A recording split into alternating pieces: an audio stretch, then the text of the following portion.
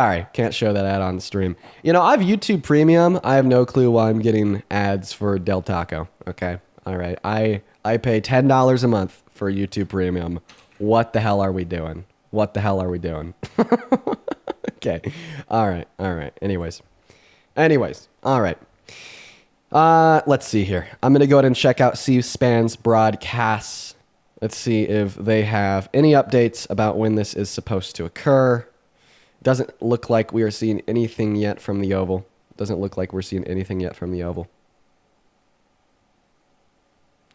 Pre-recorded. Everybody asking down below in the chat. This is not pre-recorded. This is live.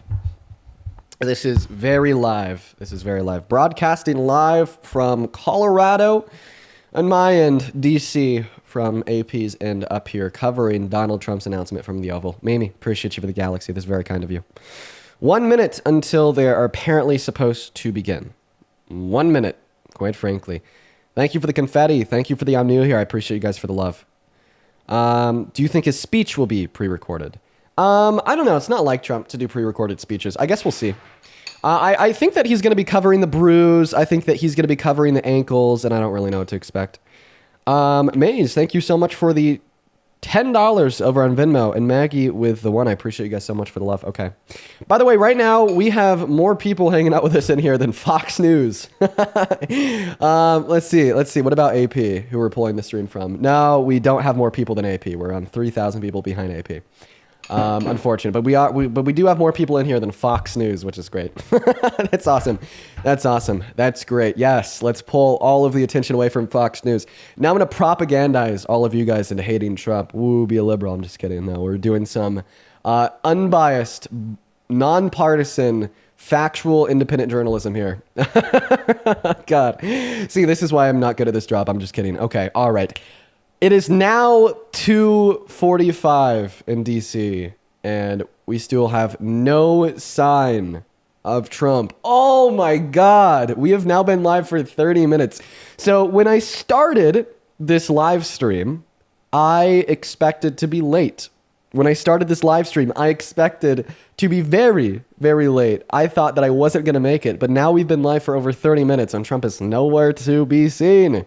And my spaghetti is cold as fuck. I think I'm just going to have to give it up. I'm giving it up, guys. We're giving it up. We now have over 60,000 people hanging out with us in this stream here for the day. Very nice, very nice. What do you guys think this is going to be about? Let me know down below in that comment section. We'll go ahead and hit on a couple points. Point number 1, the reason why there's 60,000 people hanging out with us on TikTok, the reason why there's 60,000 people in the AP stream on YouTube is because of Donald Trump's health concerns over the last week and a half. He hasn't been seen by the media, he hasn't sit down with the press. He canceled all of his weekend events, and he had no scheduled programming for Labor Day. He canceled a flight to New Jersey. Apparently his wife was seen at a hospital in DC. Apparently there was road closures around that same hospital in DC. The bruise on his hand is growing. I mean, we got a picture of him from Reuters yesterday. Look at him. Oh my God. He looks like he's about to croak. You know what I mean? So a lot of people are speculating that today's announcement from the Oval Office is going to be pivotal for the future of the Trump administration. However, I'll tell you what I'm speculating. I don't think any of that is true. I think that his health isn't doing too well, but you know, he's still kicking it. He's still alive. He's still governing the country. And I think that today's announcement is going to be like incredibly mundane and kind of boring. I think he might announce some stuff about moving Space Force from Colorado to Alabama. But I guess we'll just have to wait and see. Truly. Now, do give me a moment. I'm going to take another bite of my cold spaghetti. My cold spaghetti. Cold spaghetti is gross, so I might gag. I'm just kidding. I won't gag. The only thing that will make me gag is this. Look at him. Oh! It's time.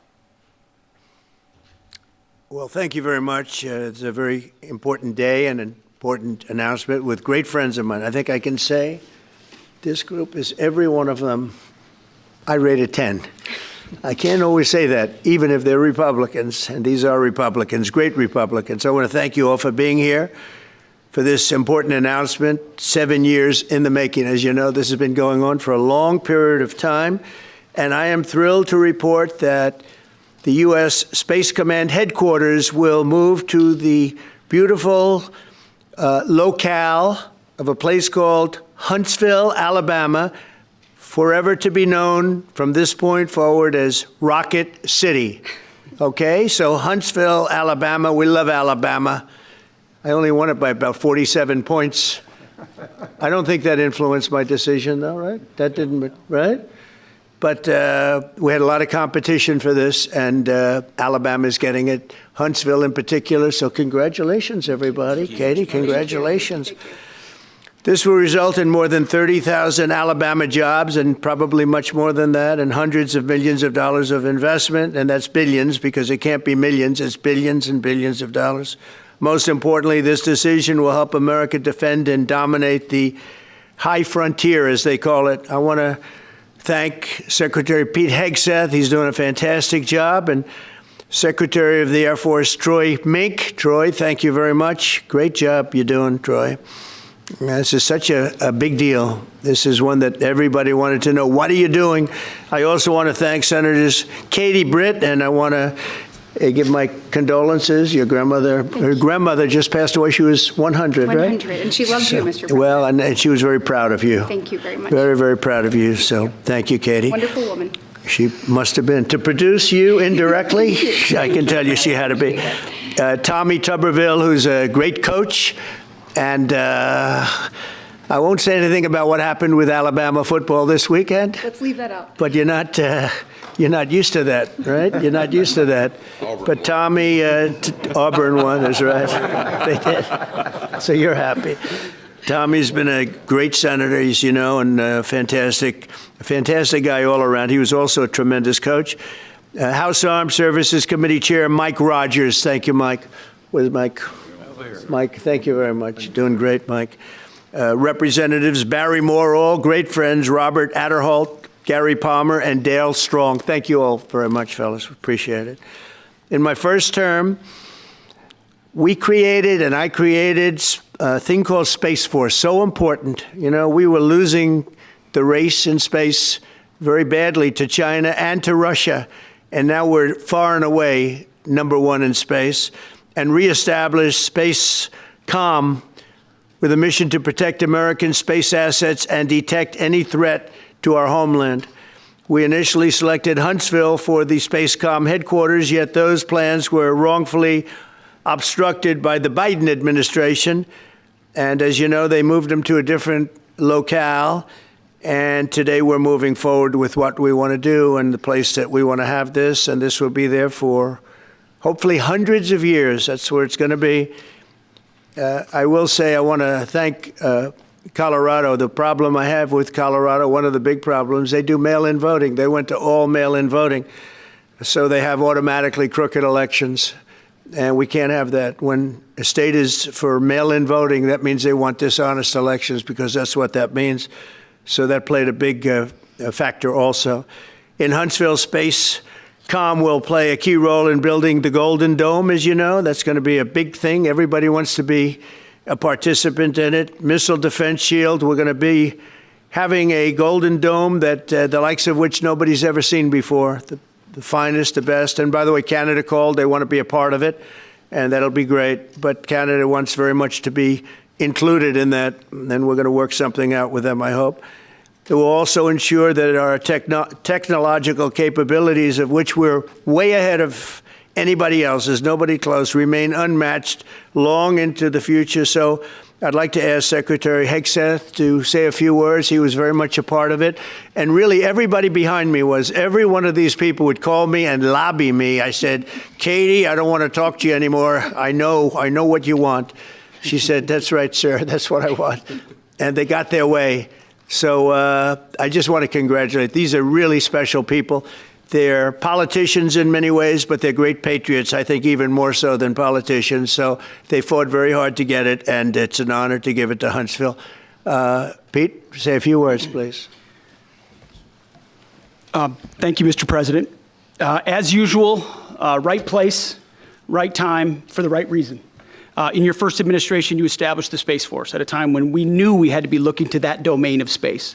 You also reestablished SpaceCom to ensure that priority was put in place, and you, through the Air Force, independently identified that Huntsville, Alabama This guy's like 3 DUIs, by the way. For other reasons, in the next administration under Biden, they decided to move it somewhere else. Well, during that time, the DOD Inspector General, the Government Affairs Office, they did their own assessments, and where did they say Spacecom should go? Huntsville, Alabama. So what you're doing today, Mr. President, is restoring it to precisely where it should be based on what the Space Force, the Air Force, your leadership believes will give us strategic advantage in the future. That is Huntsville, Alabama. We are way ahead in space, but this will ensure we stay leaps and bounds ahead because that's the most important domain. Whoever controls the skies will control the future of warfare. And Mr. President, today you're ensuring that happens. Thank you. Thank you very much. Katie, would you like to say something? Mr. President, we are grateful for your leadership on this and restoring Space Command to its rightful home in Huntsville, Alabama. This delegation has worked together, both chambers, both parties, to make sure that Huntsville was the place that Space Command called home. As was mentioned, obviously the Biden administration chose to make this political. What we want to do is put the safety and security of Americans first. We want to make sure that our warfighter is put first, and we want to make sure that America continues to lead. And today, Mr. President, you've allowed that to happen. Thank you. Thank you very much. Tommy, please. Yeah, thank you. Thank you, Mr. President. This is a great day for our country, not just for our state of Alabama. We need help in our military. We need to catch up. And as Secretary has said, we're not behind in space, but we know where we're at, and we need to expound on that. Now, this move will save the taxpayers $480 million. It's not going to cost more. It's going to cut $480 million. We have the plans intact. It'll be behind a secure wall in Huntsville, Alabama, at Redstone Arsenal. We have 40,000 people there. We have the FBI there. We have missile defense there. We have NASA, Blue Origin, and SpaceX. It is the perfect place for Space Command. I would tell you today, and I've spoke with the president for the last 3 or 4 years about this. If I thought it needed to go somewhere else because I understand the security of our country, I'd be for that. But the best place for Space Command is Huntsville, Alabama, because what we have and what it means to this country is going to be so important. So thank you, Mr. President, for this, and we look forward to building a huge Space Command and having the Donald J. Trump Space Command Center in Huntsville, Alabama. Here, here.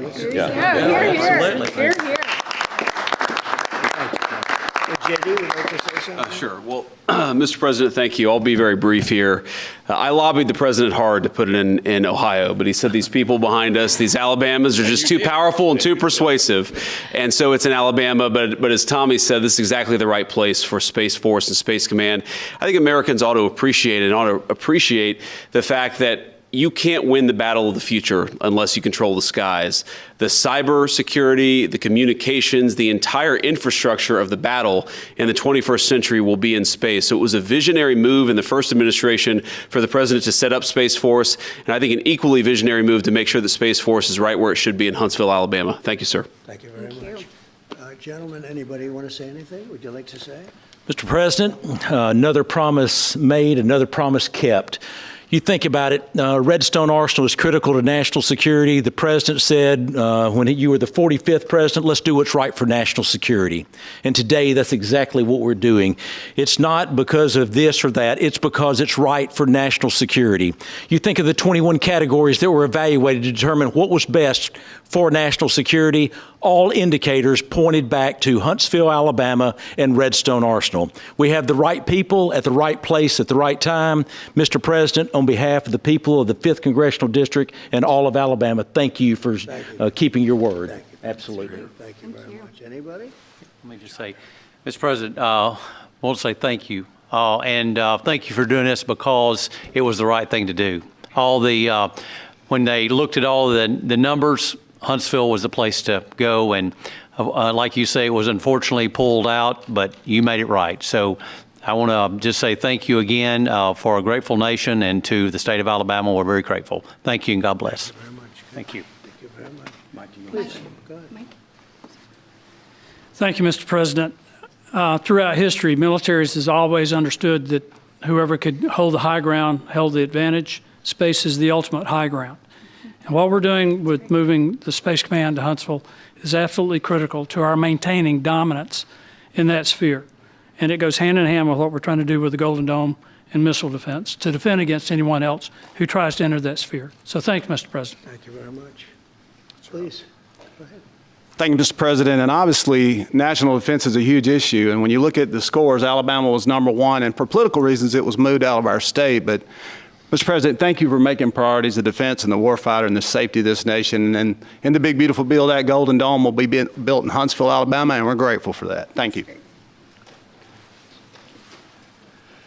Listen, as chairman of the Armed Services Committee, I care very much about what's most important for our national security. And the president held a nationwide competition to determine where we should have this command. If y'all remember, at the end of that competition, where Alabama came in first, there was a lot of complaints from the other states who did not place well. He said, we'll do it over with new criteria to accommodate your concerns.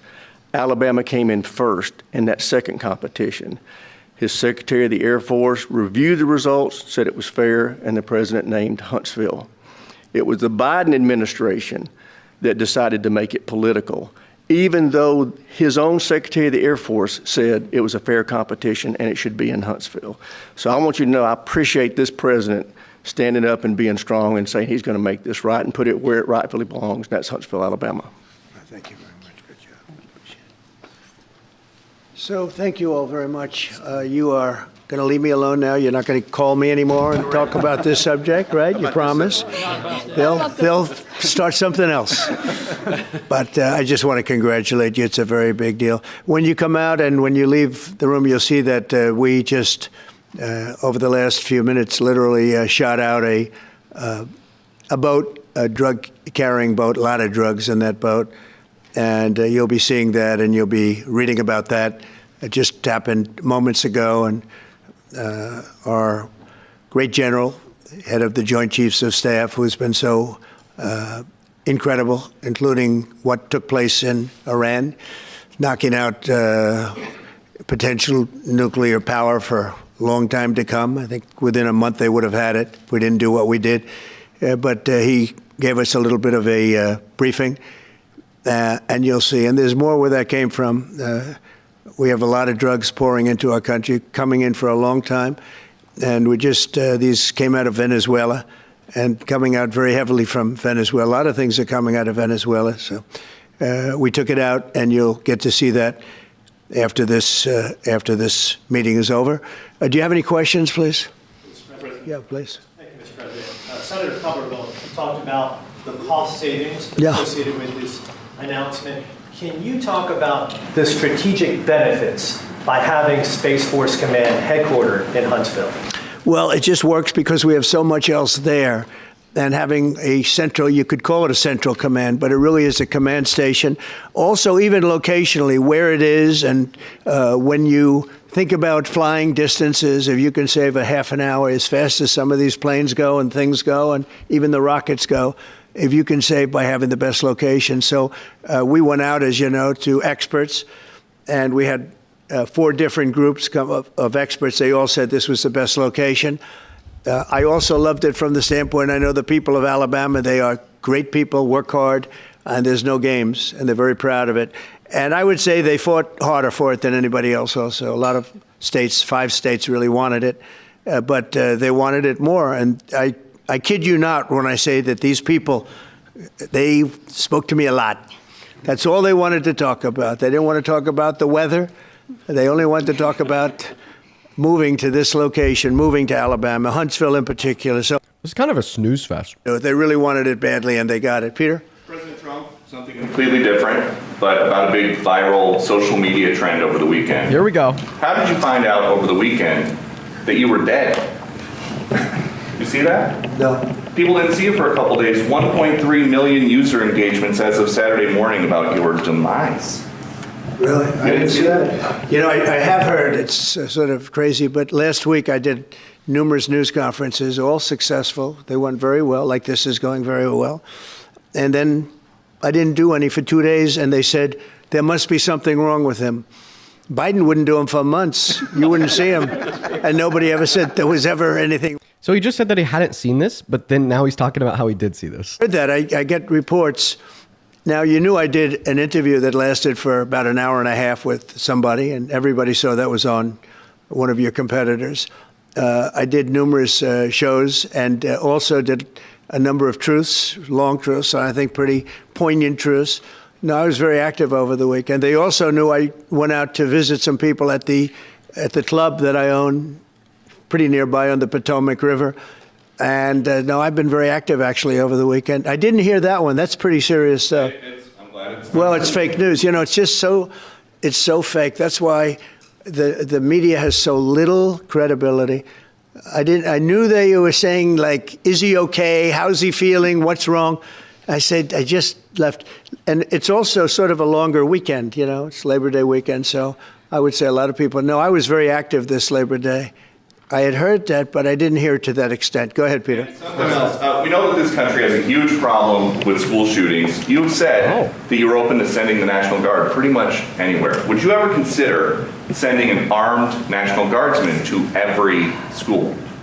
Well, we have a big problem with school shooting, but we also have thousands and thousands of schools that run perfectly. You know, they talk about you can do things construction-wise, and that's really, I think nobody knows more about construction than me. You can build the construction doors. You can build what they call safety doors, where they lock on the outside, the inside, and every place else. Well, but if one of these lunatics happens to get through, then the police can't get in. Then they're looking for keys all over the place, and it takes a lot of disadvantages to doing, spending billions and billions of dollars and actually making it safer in some way for some of these lunatics that we're dealing with. But I don't think so. I've thrown out the concept. We have great teachers that love our children. The parents love the children. Teachers love the children too.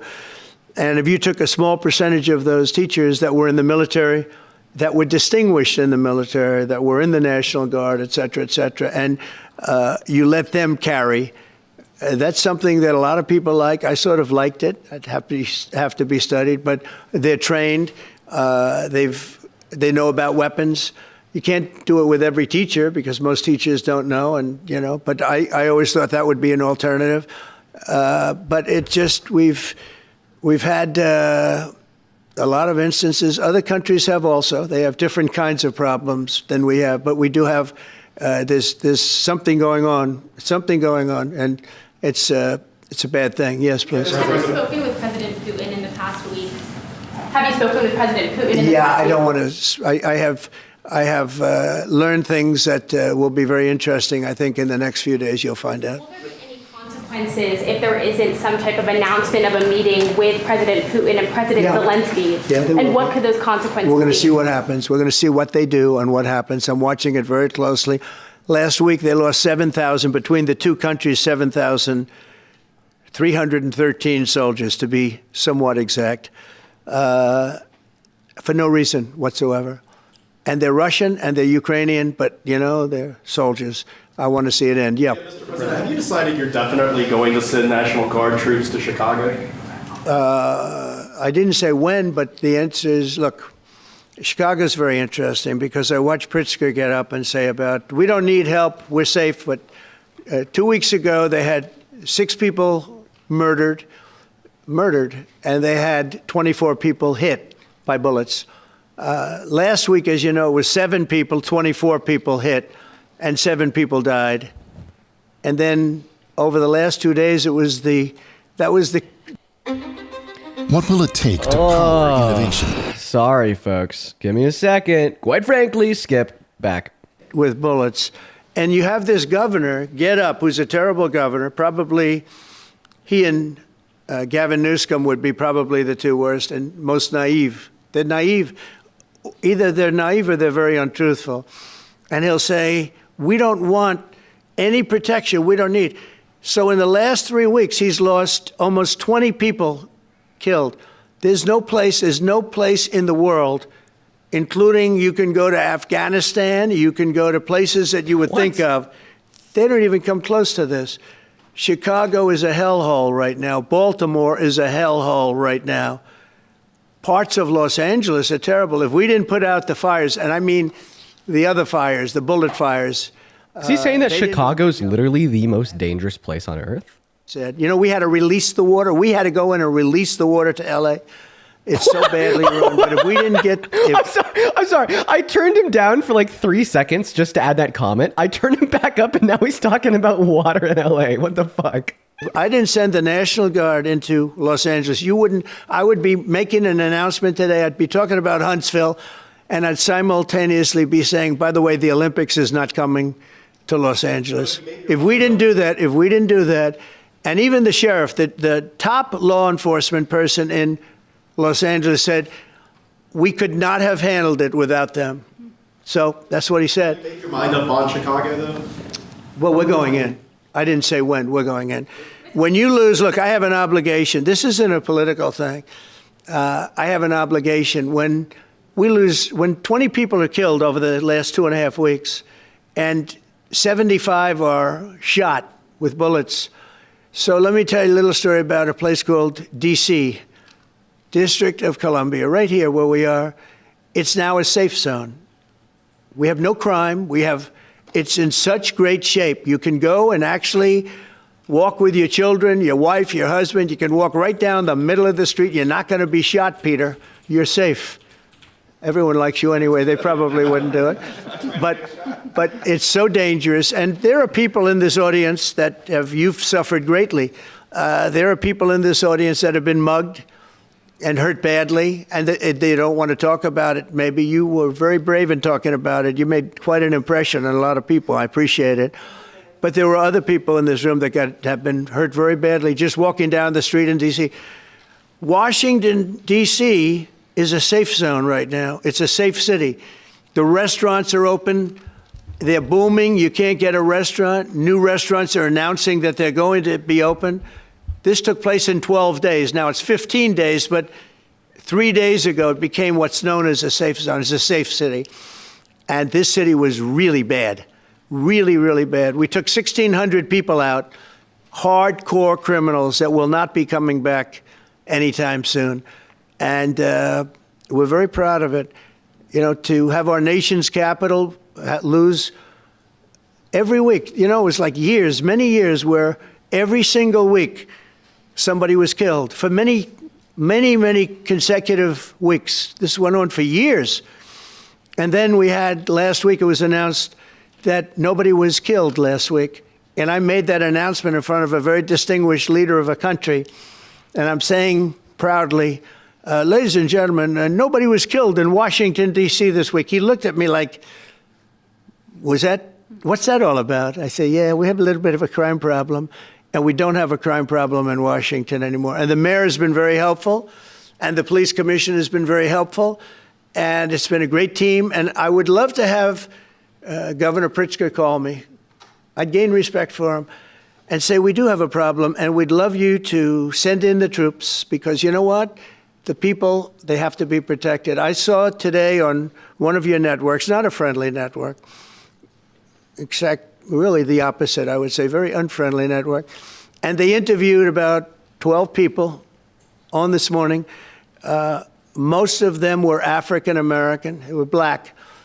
And they were saying, please, please, please let the president send in. These were people from Chicago. Please, we need help.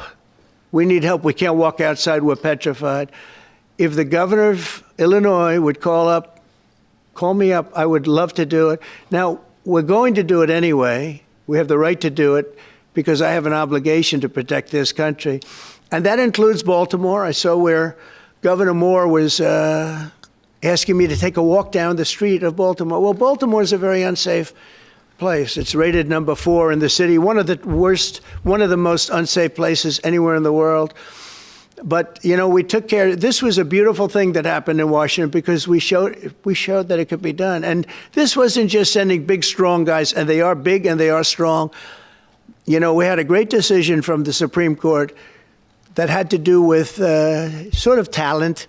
It had to do with you are put down based on merit. You can hire based on merit.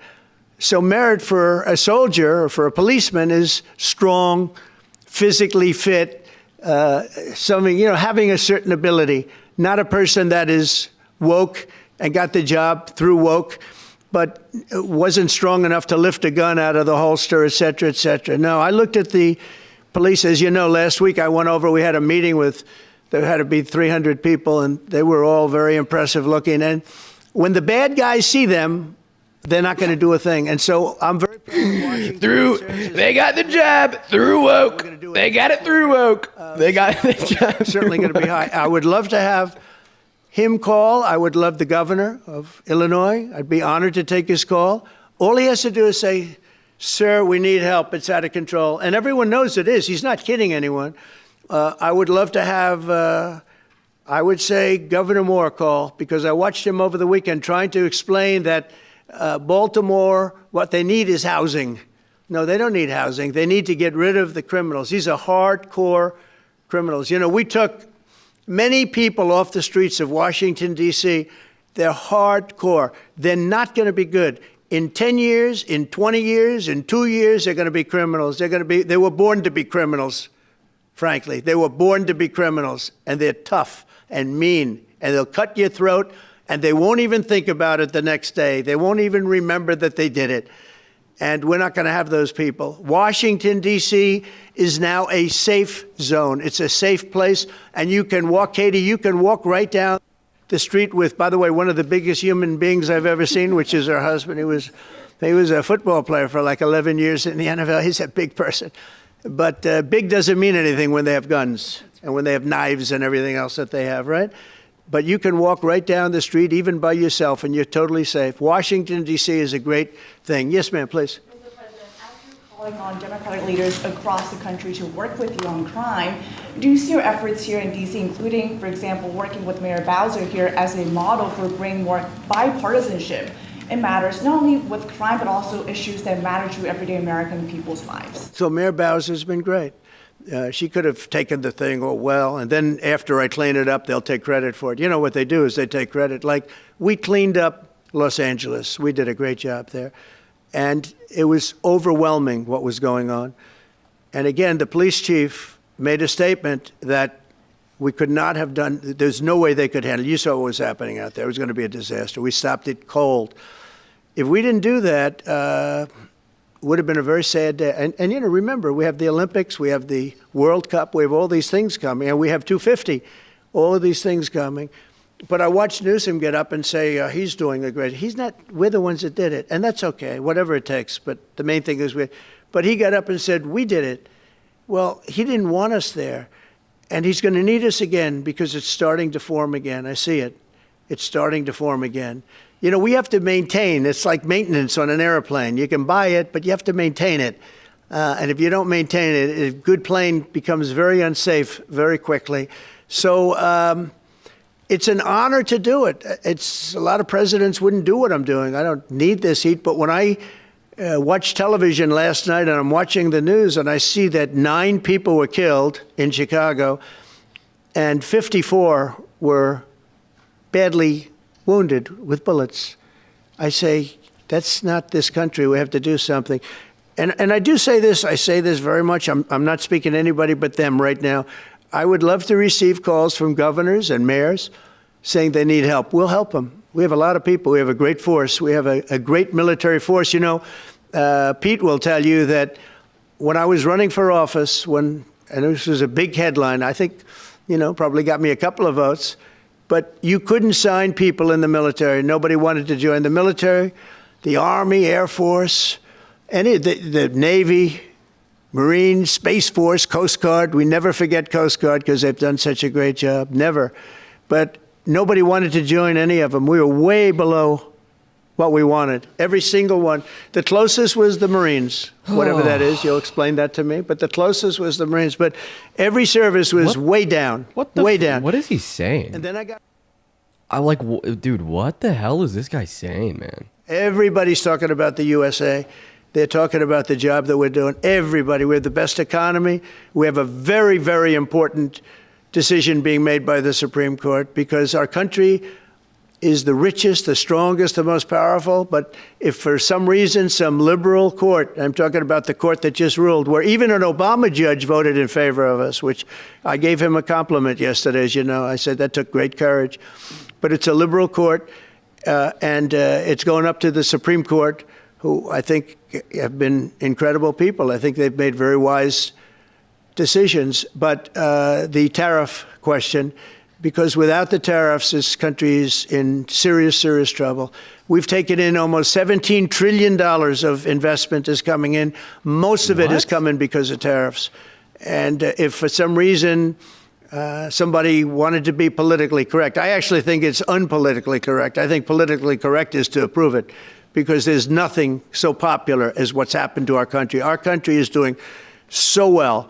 But we had a liberal court gave us a very shocking ruling, and that ruling is basically saying that the trillions of dollars that are pouring into our country, putting us in a position like no country is anywhere in the world, that they'd like to see us that taken away. By the way, a lot of the people behind that lawsuit, that particular, are from foreign countries. I might add.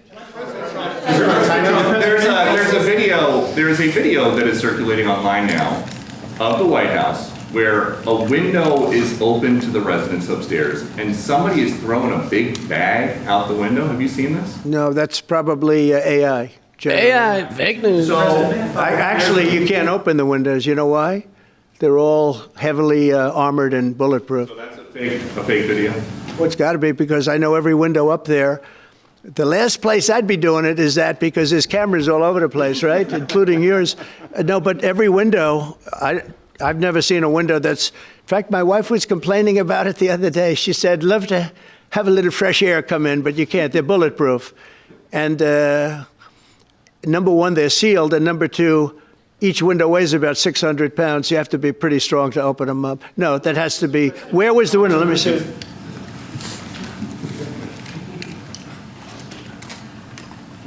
Maybe from the renovations? Which is the window? It looks like this is on the 15th Street. I'm going to try to pull up the video. So right here. I got you guys. Yeah, those windows are sealed. Those windows they're all sealed. You can't open them. What you were saying regarding the federal. It's the kind of thing they do. And one of the problems we have with AI, it's both good and bad.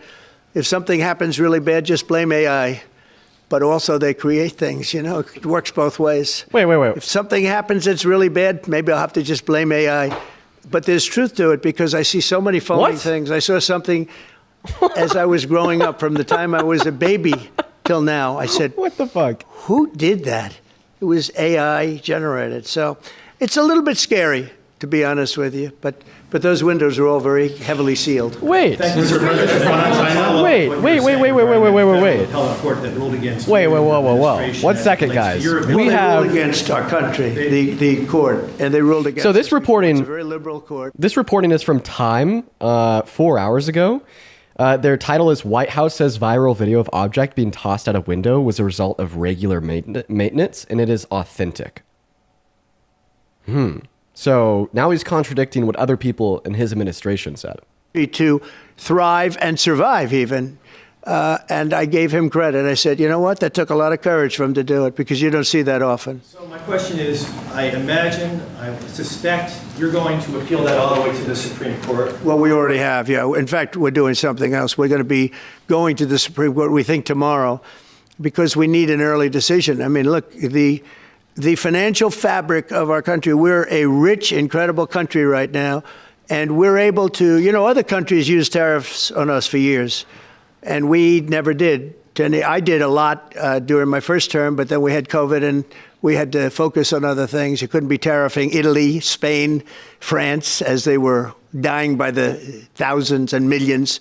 But we did with China, and China paid us billions and billions of dollars. And I started the process, but then I had to end it a little bit because of COVID. We focused on that. But no, it's a very important decision. And frankly, if they make the wrong decision, it would be a devastation for our country. We've taken in trillions of dollars. And by the way, all these countries signed agreements, as an example. They're all happy. Everybody's happy. But some whack job put in Hey, I'm going to be right back in like 45 seconds. I'm going to let this continue to play. I'm just going to use the restroom. And by the way, once this is over, we'll go into the debates. They ruled 7-4 with one of the most liberal of them all voting in our favor because they're patriots. I think I give tremendous credit to that judge. And now it's going to the Supreme Court. Now we're going to be asking for early admittance. We're going tomorrow, and we're going to ask for an expedited ruling because, when you look at the stock market's down today, the stock market's down because of that, because the stock market needs the tariffs. They want the tariffs. If you look at AI, all of those, all of that money that's going to be invested, trillions and trillions of dollars, the biggest thing, bigger than the internet, I suspect. It's the internet plus 3 or 4 other things combined. We are leading very substantially with AI. We're leading because of tariffs. We're leading because of talent, and this is where they'd like to be. But without the tariffs, we wouldn't have a chance because we wouldn't be able to protect those investments of the companies coming in. So if you took away tariffs, we could end up being a third world country. That's how big the ruling. So we're asking for an expedited ruling. As a backstop to that, President, you have a Republican-controlled Congress. You control the House. You control the Senate. Yeah, but we don't have 60 votes.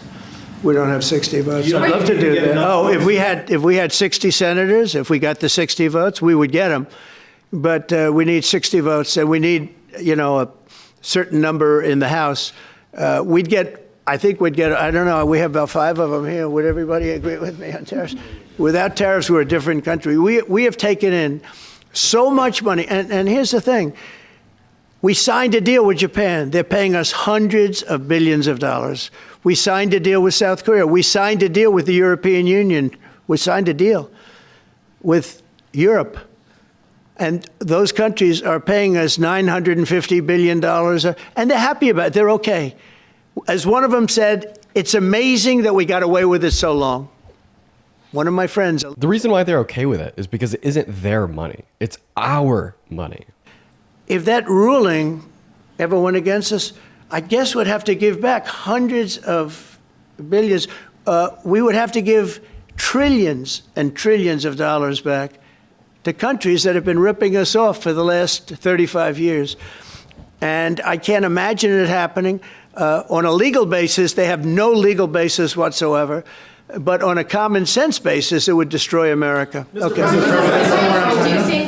talked about controlling the sky. On Sunday, the satellite signal of Ursula von der Leyen's plane was alleged. With Ursula? Well, she had an interesting event. She's a tremendous woman. And so what are you asking me about her? NATO is concerned about it, I do too, about this. True, NATO is concerned about it. Well, nobody knows where it came from, but they did take away her ability to use a phone. Sometimes that's a good thing. Sometimes that could happen to me. I'd be very happy. Mr. President, reducing the tariffs on India from 50%. What does that mean? Listen, I stay up to date with what's going on in the news every day. I have no fucking clue what they're talking about. Very well. But India has, you have to understand, for many years it was a one-sided relationship. Only now since I came along, and because of the power that we have with tariffs, India was charging us tremendous tariffs, about the highest in the world. They were about the highest in the world, number one. And we therefore weren't doing much business with India, but they were doing business with us because we weren't charging them. Foolishly, we weren't charging them. So they would send in massive, everything they made, they'd send it in, pour it into our country. Therefore, it wouldn't be made here, which is a negative. But we would not send in anything because they were charging us 100% tariffs. And, I'll give you an example. Harley Davidson. Harley Davidson couldn't sell into India. There was a 200% tariff on a motorcycle. So what happens? Harley Davidson went to India and built a motorcycle plant. And now they don't have to pay tariffs. Same thing as us. So what we're doing is literally thousands of companies are coming into the U.S., car companies, AI, but, more traditionally, car companies. We have so many car company factories under construction or being designed right now. And they're coming from China, they're coming from Mexico, I must tell you, and they're coming from Canada. A lot of them coming from Canada. But they're coming into our country because... I might be able to name 2 companies moving into America. Thousands? It's insane. protecting them. And number three, they want to avoid paying tariffs. When they build their cars here, they don't have any tariffs to pay. You know, when you build here, you don't have any tariffs. Mr. President, Go ahead, in please. light of the Minnesota shooting last week, the Department of Homeland Security is now awarding more than $100 million to hundreds of faith organizations across the country to help them ramp up security. What's your vision for further protecting religious liberty across the country amid incidents of threats and So violence? religious liberty is so important, and we're talking about Religious every religion liberty? now. And we're doing things on that nobody else has ever done. Really? And we're going to be having a big announcement in about 2 weeks on that question. Yeah, please. On Space Command, sir, are you concerned that people may not be willing to relocate from Colorado to Alabama? No, I'm not worried. Then we'll get somebody else. He just said that religious liberty is important for all religions. I want to go ahead and just show you guys something super duper quickly. This will take 3 seconds. This will literally take 3 seconds. In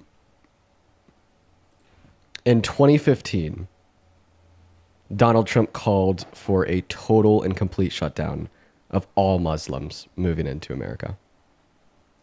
Interesting. Corrupt elections. Well, your radical left governor decided that he was going to have all mail-in voting in Colorado. Once you have all mail-in voting, and for whatever reason, the Democrats cheat. And they cheat they're not stupid. That's the only thing. They're no good on policy. They're no good on management. They're no good at government. But they're great at cheating. And they stick together, too. I give them credit for sticking together. Mr. President, Please. Obviously, this is a big win for national security, moving this to Alabama. We've all can agree with that. Big. Is there any idea of the economic impact this has on the state and on that local area? Katie, do you want to answer? If Democrats cheat, then how's he president?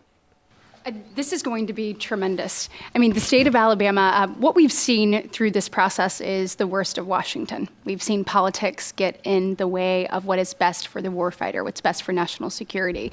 And the state of Alabama is about to show the country the best among us. So we know the economic impact is going to be tremendous. There at Redstone Arsenal, we're proud to house everything from the FBI to headquarters there for material command to a number of things. We obviously have NASA with Marshall Space Flight Center, and so this naturally fits within. When you look at the decision matrix that they placed in front of us, that's why we ranked so high, is because we have the resources necessary and the ability to build out quickly to meet the needs in front of us. As far as economic impact, it would be tremendous. Does anybody have an exact number? 1,600 jobs. 3,000 spin-off. With 3,000 spinoff. Look at this. This is teamwork right here. So we are really proud, and the people of Alabama are ready to get to work. And I've got a housing question, if you could, just for a second, Mr. Yeah, President. please. Owning a home and going about the American dream seems like it's out of touch for a lot of Americans. Just recently, you pushed out a statement about addressing an emergency housing situation. That's right. We're thinking about doing that. Yeah, can you just... Well, we need a little help from the Fed. We have a man named Jerome Too Late Powell. You probably heard of him. He's too late. He's way too late. And the economy is so strong that it's pushing through that. Normally, it would have been much tougher, but we're doing so well that we're pushing through it. But it makes it very hard for people to get mortgages because too late is too late. Very simple. He's too late. Cereal tastes better with a blue. Whoa! Sorry, we have another ad. It's from Culver's. I love Culver's, but get off my screen. There we go. Because he was hoping that, I guess, Biden would get in, or that Kamala would. He was a big Biden guy. Explain that one. And then he was a Kamala person, but he was hoping, I guess, she'd win. I guess. I don't know. It didn't work out too well. But yeah, we need a very serious cut. You know, I think that if you look back many decades ago, the United States was always the lowest, even if they were doing badly. The United States was, because without the United States, everything in the world would die. It's true. It's so powerful. It's so big. And I made it really big in the first 4 years. Then it started to degenerate with what this Biden administration did. But we built it up to a level that I never thought we could be at this quickly. We're the hottest, we're the best financially. The money coming in is so big because of tariffs and other things, but because of tariffs. Tariff gets us even those other things. Plus, it gets us great negotiators. I settled 7 wars, and numerous of those wars were because of trade. And numerous of the trade deals that I made were because of tariffs. It gives you a great negotiating ability.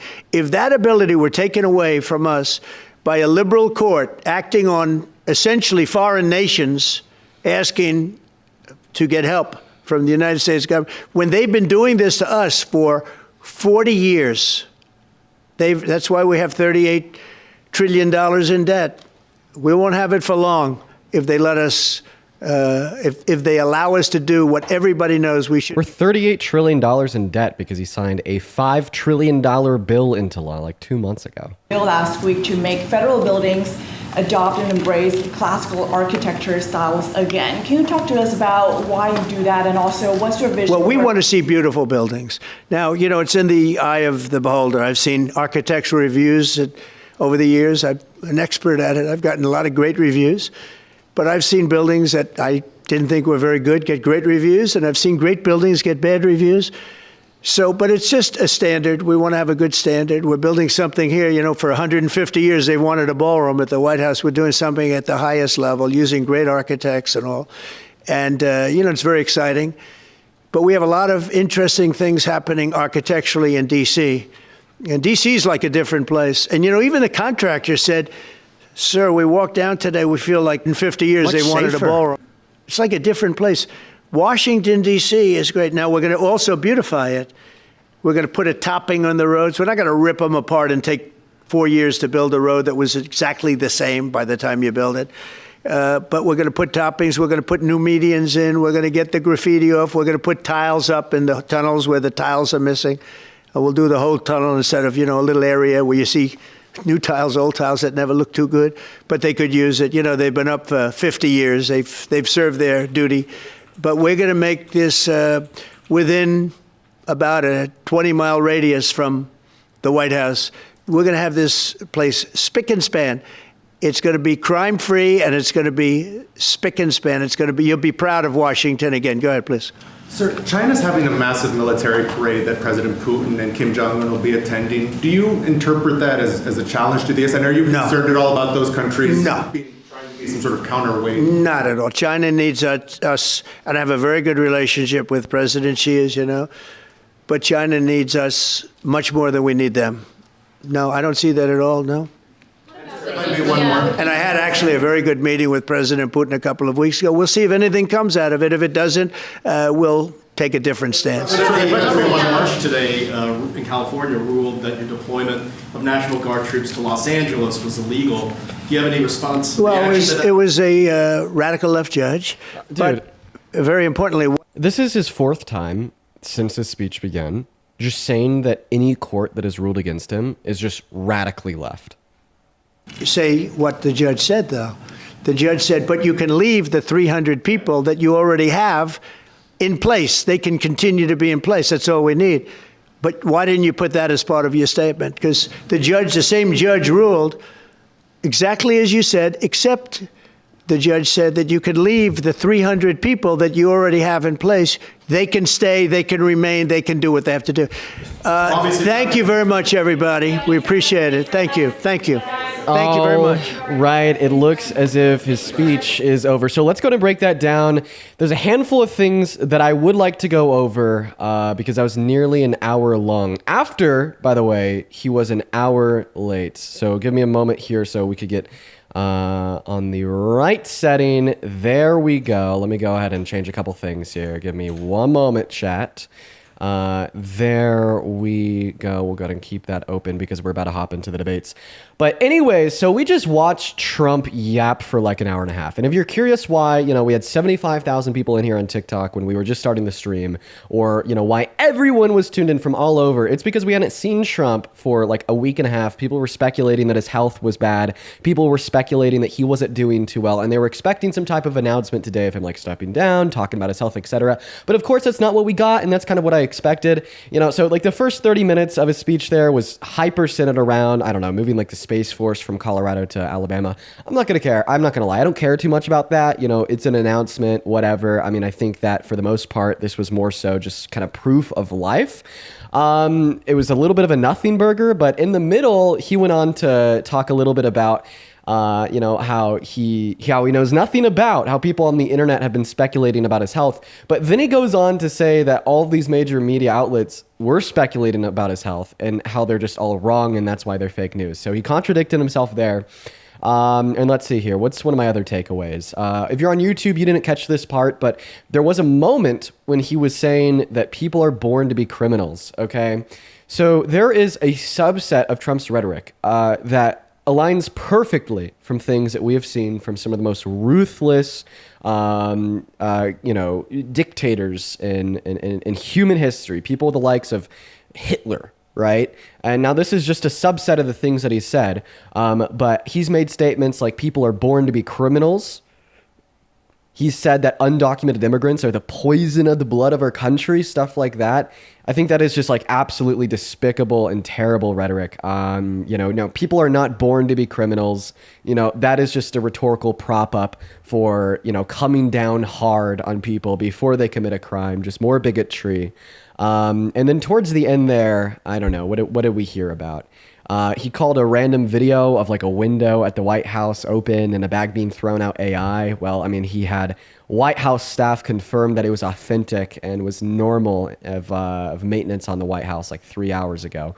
But overall, I mean, I think that was a little bit of a nothing burger. What were y'all's takeaways? How are you guys feeling after that? I mean, I think that a lot of people are tuned in because they were expecting some announcement to do with his health. I mean, I don't really think that was too important. I mean, I don't think that was too important. But anyways, for everyone hanging out with us in here for the day, if this is your first time ever seeing me on TikTok, because we have 32,000 people in here right now, my name is Dean, and we debate Trump supporters. But every so often, we'll sit down like this, go over the news. But of course, now that Donald Trump's statements are over, his speech from the Oval Office is over, now we are going to go ahead and hop into the debate. So if you are watching right now and you support Trump over on TikTok, hop in that queue. We'll get you pulled up here. I want to have a conversation with you about why you are MAGA, why you still support Donald J. Trump. I just don't even get it. It is completely outrageous. But we are going to go ahead and do that right now, folks. So hop in that queue of your MAGA and we will get you pulled up. Alrighty, right. Let's get that first guest connected right now. Hop in that queue of your MAGA. Just make sure that you're following the rules. You got to be an American adult that is at least 18 years old that supports Trump. We'll get you pulled up here and we'll have a conversation. We're going to go ahead and hop into those conversations right now. We got Dirty Birdie 56 connecting. Oh, I didn't think I'd actually get connected. Uh-oh. What's up? Do you support Trump?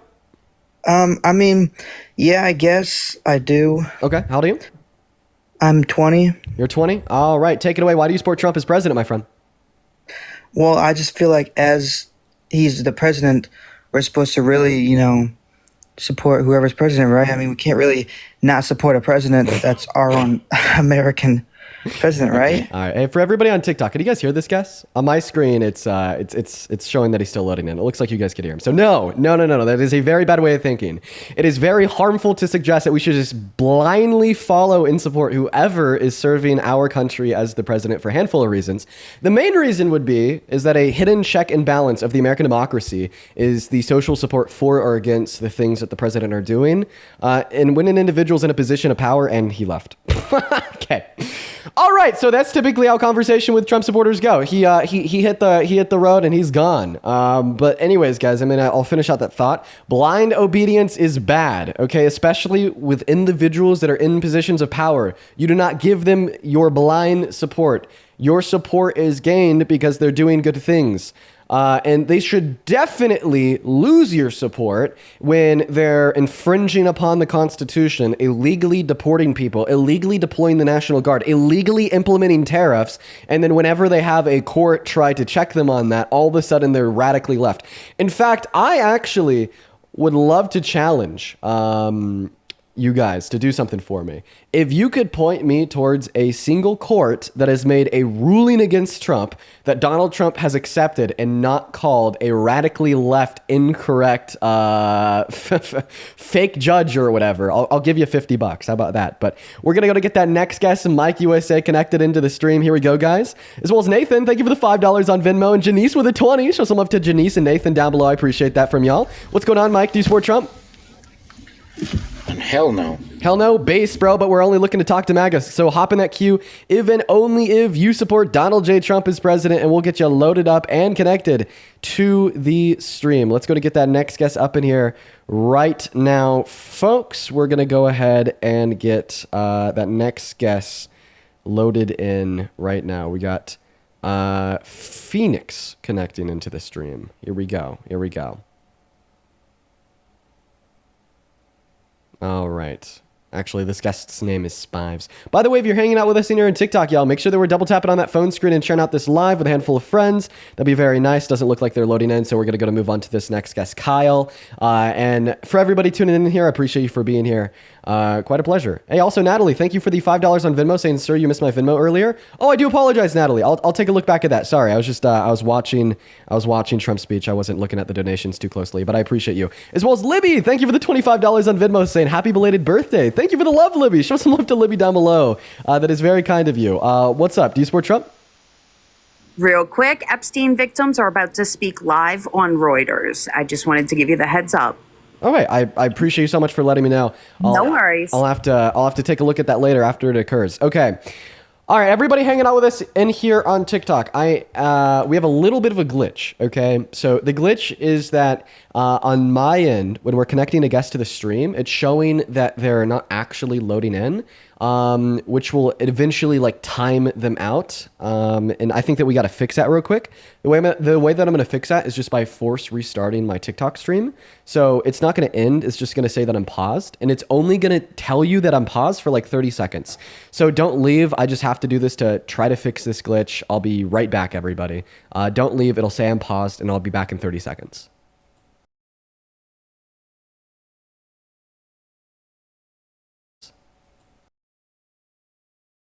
We're going to go and hop back into the debates right now. Hop in that queue if you're MAGA. We'll happily get you loaded up here. We're going to try to get that next guest, Dirty Birdie, connected. What's up? Do you support Trump? Oh, it's am I loaded now this time? Yeah. Did it time you out? Did it just I got kicked. I didn't get leave. Yeah. That was an issue. We just fixed it. But anyways, okay. So you told us that you support Trump because you just think that you should support like any president that we ever have serve our country? I mean, I guess it's not to that extent. It's more like this was my first time ever voting, and I guess I just voted for him because, I mean, I vote red and blue sometimes, or at least I would like that. So do you think that Donald Trump is doing a good job as our president? I mean, I think that a lot of the stuff that he does is over. Like, people say stuff that's not true about him just because they'll do it with any president. But that's not the question that I asked you. Do you think that Donald Trump is doing a good job as president? I think he's doing okay. Okay, so can you name a handful of things that Trump has done that you're a fan of? I think, well, one of the main ones being like he's getting a lot of the crime out of the country, a lot of the, bad people who's doing the drugs and the trafficking and stuff out of, Mexico. Okay, so he's getting a bunch of bad people out of the country. You're talking about his mass deportation? Yeah, but he's doing the illegal ones. I don't think he's ever gotten people who are... So point number one, 80% of the DRUGS that are brought into this country are brought in by citizens, okay? Point number two, undocumented immigrants are 2.5 times less likely to commit violent crimes and 3 to 3.5 times less likely to commit all other crimes. And point number three, if you really wanted to get criminals out of the country, then how come you support a criminal running the country? I don't think that we would be able to get someone voted for that's a criminal. They do background checks. Well, the American people are supposed to be the ones doing the background checks, and you obviously failed at that because seemingly you are not aware that Donald Trump is a convicted 34-count felon. Well, I mean, has he been convicted yet, though? Yes. Well, shoot. I mean, like I said, I'm new to this, I don't really vote. I just like him because I voted for him, I guess, mainly because he was like, he's like up with the trends. He's all, he's funny and stuff like that. But obviously how he's running things, though, is a little bit not that good, but it'll change, He's still got some years left. Okay. Just gotta have confidence. All right. We're going to move on to the next guest. Please don't vote until you do your research. We're going to go to get that next guest connected right now. If you are in that queue, make sure that it means that you are MAGA, that you support Trump. And yeah, we were just looking to talk to Trump supporters. So we're going to move on to the next guest right now. Everybody go and put a MAGA with your age down below in that chat if you'd like to come up as well. That would be absolutely fantastic, everyone. Just had to open up a pickle jar for my girlfriend. There you go. Love you, honey. We're going to move on to the next guest right now. Hop in that queue of your MAGA. We'll get you loaded in here. Let's go and get that next guest, Charles, connected into the stream. Hey, what's up, Charles? Do you support Trump? Oh, yes. All right, Charles. Why do you happen to support the worst president of your life? Oh, really? The worst president of my life? Oh, okay. Let's take a better look at that. I think you need to grow up a little bit, learn a little bit of history. Okay. Let's go back to what you first said. No, he is not. He is not, absolutely not a convicted felon. You cannot take, listen to me now before you interrupt me. You cannot take, it's even incredible to even try to define it. You cannot take certain nitpick things that actually didn't happen where there was no crimes committed, especially like, oh, well, they're telling the banks, oh, he defrauded you, and the bank is literally looking at you saying, no, he didn't. We want to do more business with him. That whole scam. I'm sorry. I've been doing something. So you're telling us that Donald Trump isn't a convicted 34-count felon? No, he is not. Okay, would you go ahead and read this for us? One first second. Of all, everything that was put on there was statute of limitations would have been gone. 1 second. Can I just have you read this for us real quick? No, you cannot. Wait, you won't read? Okay, listen to me, kid. Well, I just want you to let me. I'm getting it smaller. All that I'm asking you, can you read this for us? Interrupt me or I'll be gone. Okay, can you read that? Okay, do not interrupt me. Oh, you all CNN. Ooh. It's actually not CNN. That's AP. It's owned by two freaking networks in the whole freaking United States. So do you think I trust nothing that comes out of mainstream media. It's all owned by Democrats, all of it. You can, if you don't believe me, I tell you what, you go back and check corporate and see who owns what and what and what. Okay. It all owned by Democrats, every freaking bit of it, and it's all political. Do you mind if I butt in here real quick? No, piss off. Okay, Charles, can I speak? No, you cannot. I'm not done. Okay, what else do you have to say, my friend? All right. This whole immigrant thing, you say illegal, you say undocumented. No, not undocumented, illegal. Do you mind if you quickly mute that TV? Listen to me. I'm just asking you to mute the TV in the background. You do this, you cross a border illegally in any other country, they'll freaking shoot you. They'll kill you and leave your body to rot wherever it was at. Try that crap overseas somewhere and see what happens. No, they are illegal aliens. They came across the border illegally. Now you want to go on about due process? My friend, would you they didn't come across the border with due process. Dude. They don't get kicked back across with due process. Dude, can you please? No, they are not due process. Due process is for U.S. citizens. You totally disrespect any immigrant that has ever came across there and did it legally by supporting them. And that's it.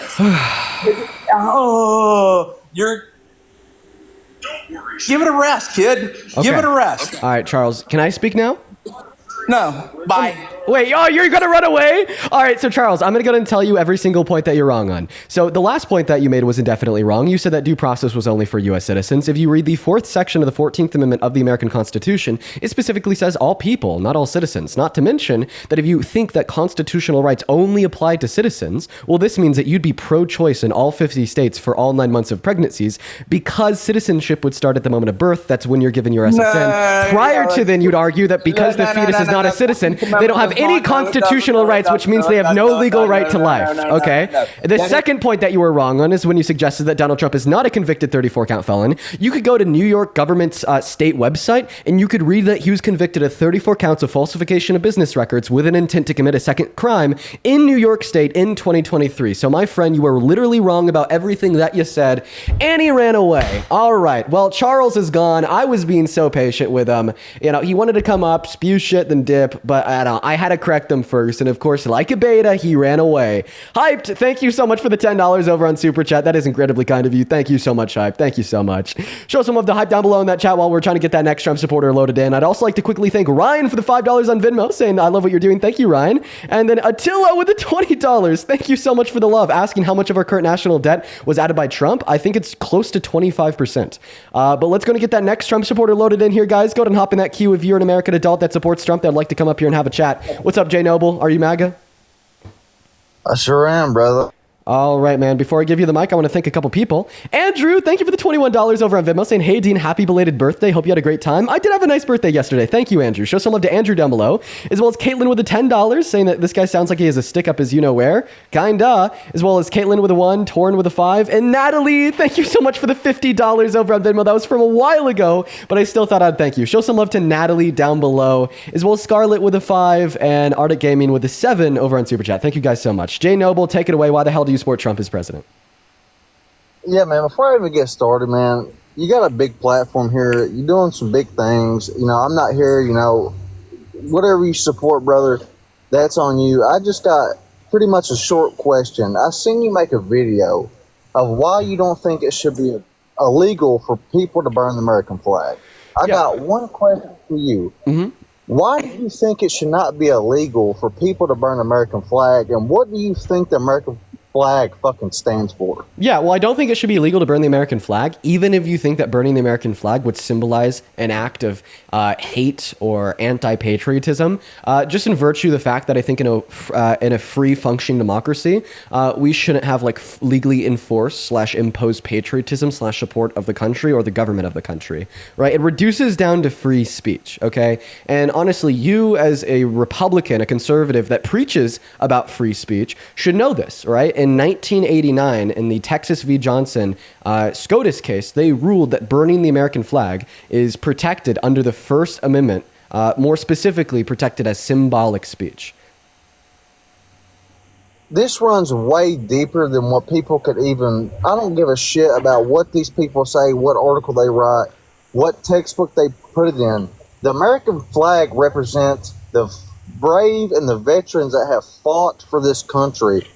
The people should not be even touching or remotely burn the American flag. Let me ask you a This question. runs deeper than...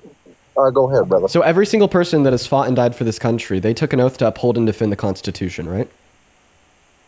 Absolutely. So when Donald Trump is banning the burning of the American flag, infringing upon our First Amendment rights, I would argue that this is more disrespectful and more hateful, not just to those veterans, but also to the country than burning the flag in of itself. See, this is the thing about you and this other little cat that's going around here. You love to twist people's words. You love to go back to these little documents and read off of it.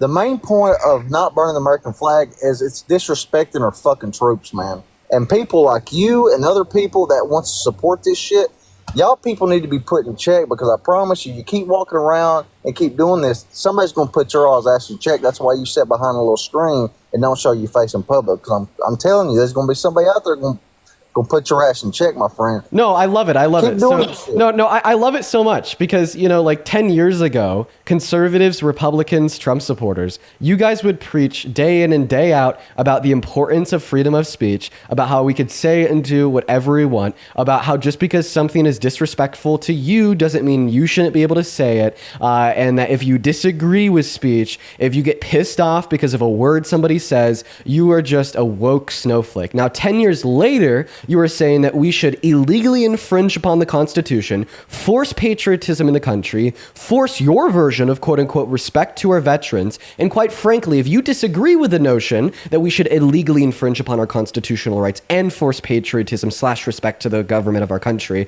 that you should be beat up in the streets, sir. I mean, it is gross. It is so gross, you know, the turns that you have taken in the last 10 years just to bend the knee to whatever Trump does. And it's funny because you're sitting here telling me me that, you literally want to catch a charge because you're offended by me arguing that we should protect our constitutional rights. Meanwhile, you turn around and you support a 34-count felon as president. You support an adjudicated rapist as president. And on top of that, right, you're telling me that we need to respect the veterans? How disrespectful, one moment, how disrespectful is it to every single person that has fought for this country and lost their life in virtue of taking an oath to uphold the Constitution to support Trump as president that violated the First Amendment with his banning of the burning of the American flag, violated the 14th Amendment when he attempted to ban birthright citizenship for the children of undocumented immigrants, or called for the termination of the 22nd Amendment when he said he wanted to run for a third term, or violated the Constitution when he superseded the power vested in Congress to impose tariffs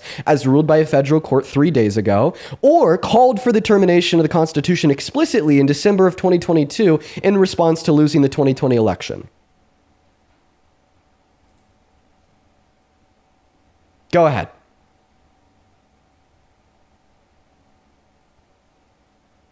I'm going to have you unmute. My friend. I sent you an invite to unmute. Should be in the middle of your screen. Now, if you can't unmute yourself, okay, there you go. You got it. Go ahead. Yeah, I'm not a dumbass. So let me just backtrack real quick. Something you said. So you think the veterans would love that you say that, we're protecting the freedom of speech bullshit. So you think the veterans would be proud of us burning the American flag? Yes or no? So I'm sure that there's a lot of veterans that wouldn't be proud of burning the American flag. However, I don't think that veterans' proudness or lack thereof is what determines what we have the legal right to do. However, right, I will have you know that there's definitely a lot of veterans today that are burning the American flag in protest of the ruling of the Trump administration, because once again, that ruling of the Trump administration was illegal and infringed upon the rights that they fought for. It is definitely more anti-American to ban the burning of the flag than it is to burn the flag in of itself. And don't tell me that I'm wrong here, because there was a veteran that served 20 years fighting for this country that burned an American flag on the doorstep of the White House last week after Donald Trump attempted to illegally ban it, that was then taken away in cuffs. Okay? Right? And honestly, the common consensus that I'm hearing from a lot of veterans right now is, sure, they may not personally like burning the flag. They may not personally like it when people do that because it does symbolize in their mind something they fought for. However, they fought for you to have that right.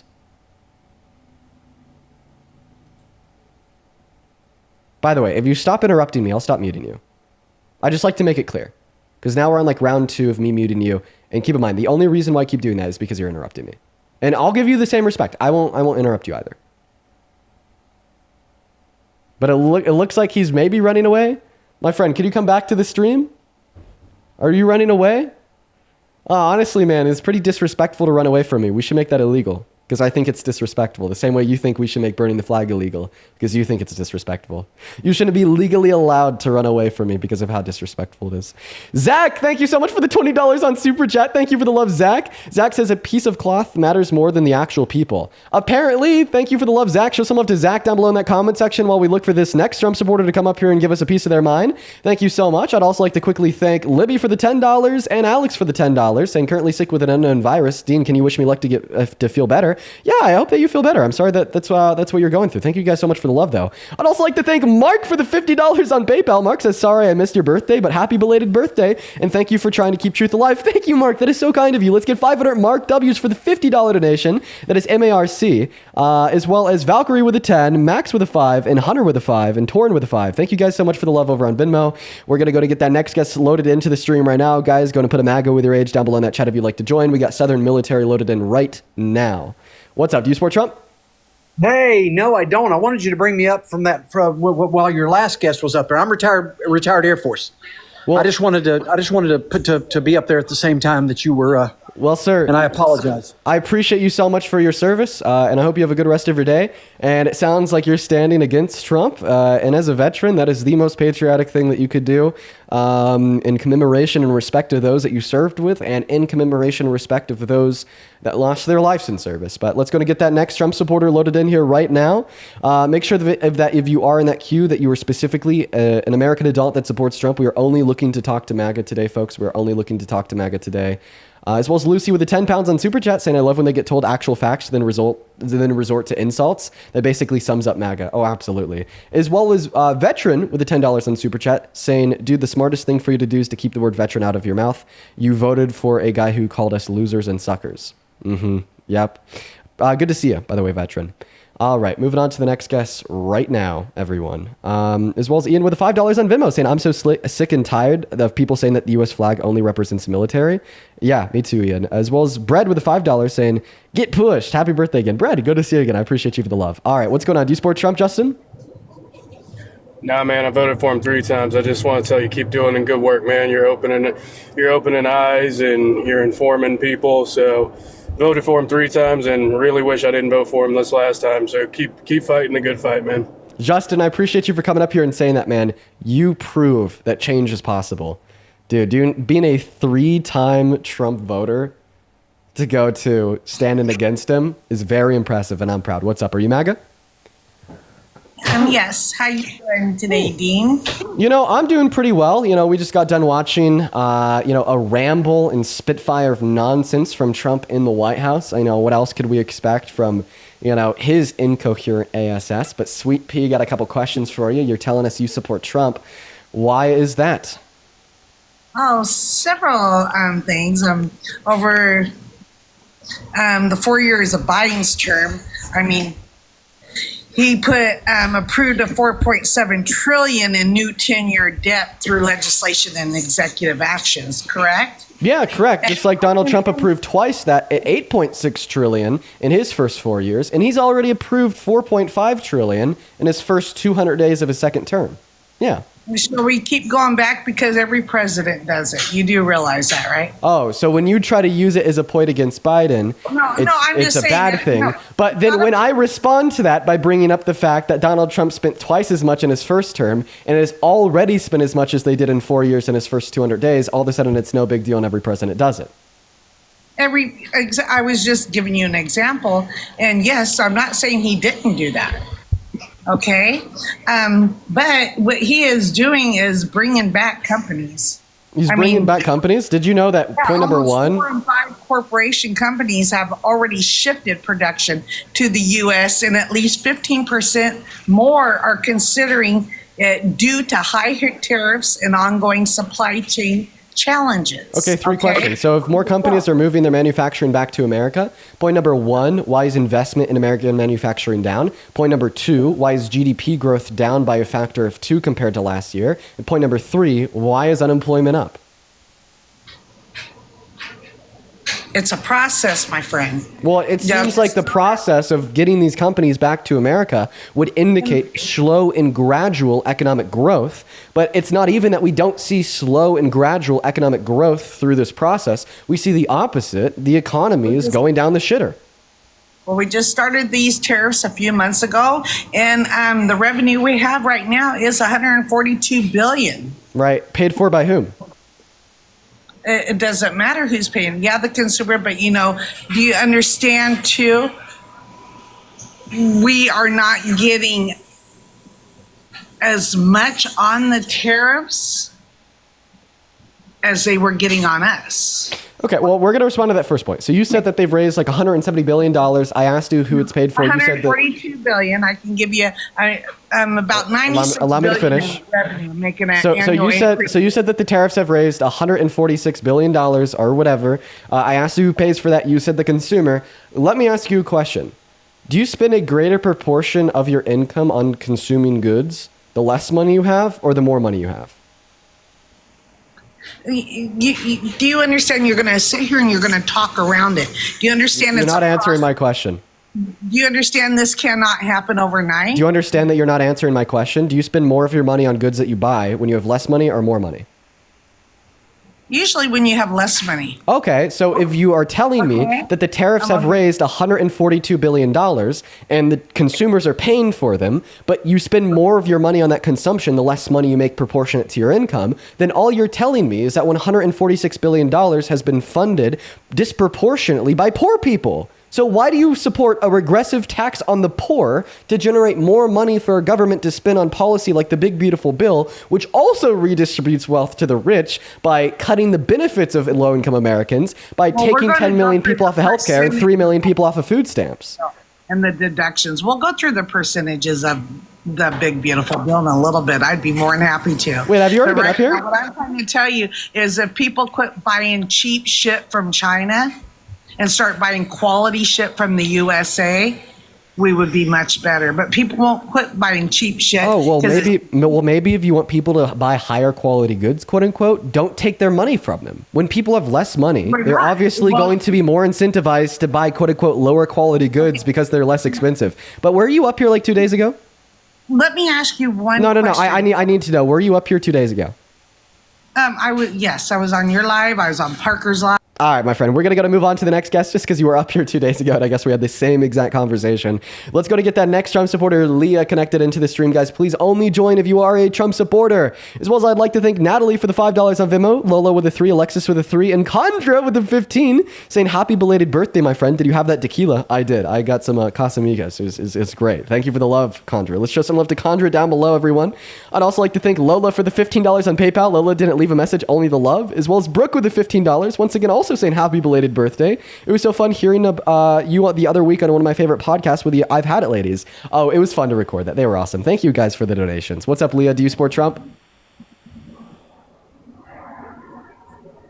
Leah's not here, quite frankly. Good push. We're going to move on to the next guest. We got Mr. Nick connecting into the stream. And for the 21,000 people hanging out with us over on TikTok, tell me how you're doing today. Let me know how your day's been so far down below in that chat. It's good to see you all and to have you in here with us. What's going on? Do you support Trump, Nick? Nick, we're going to give you 5 seconds to respond here.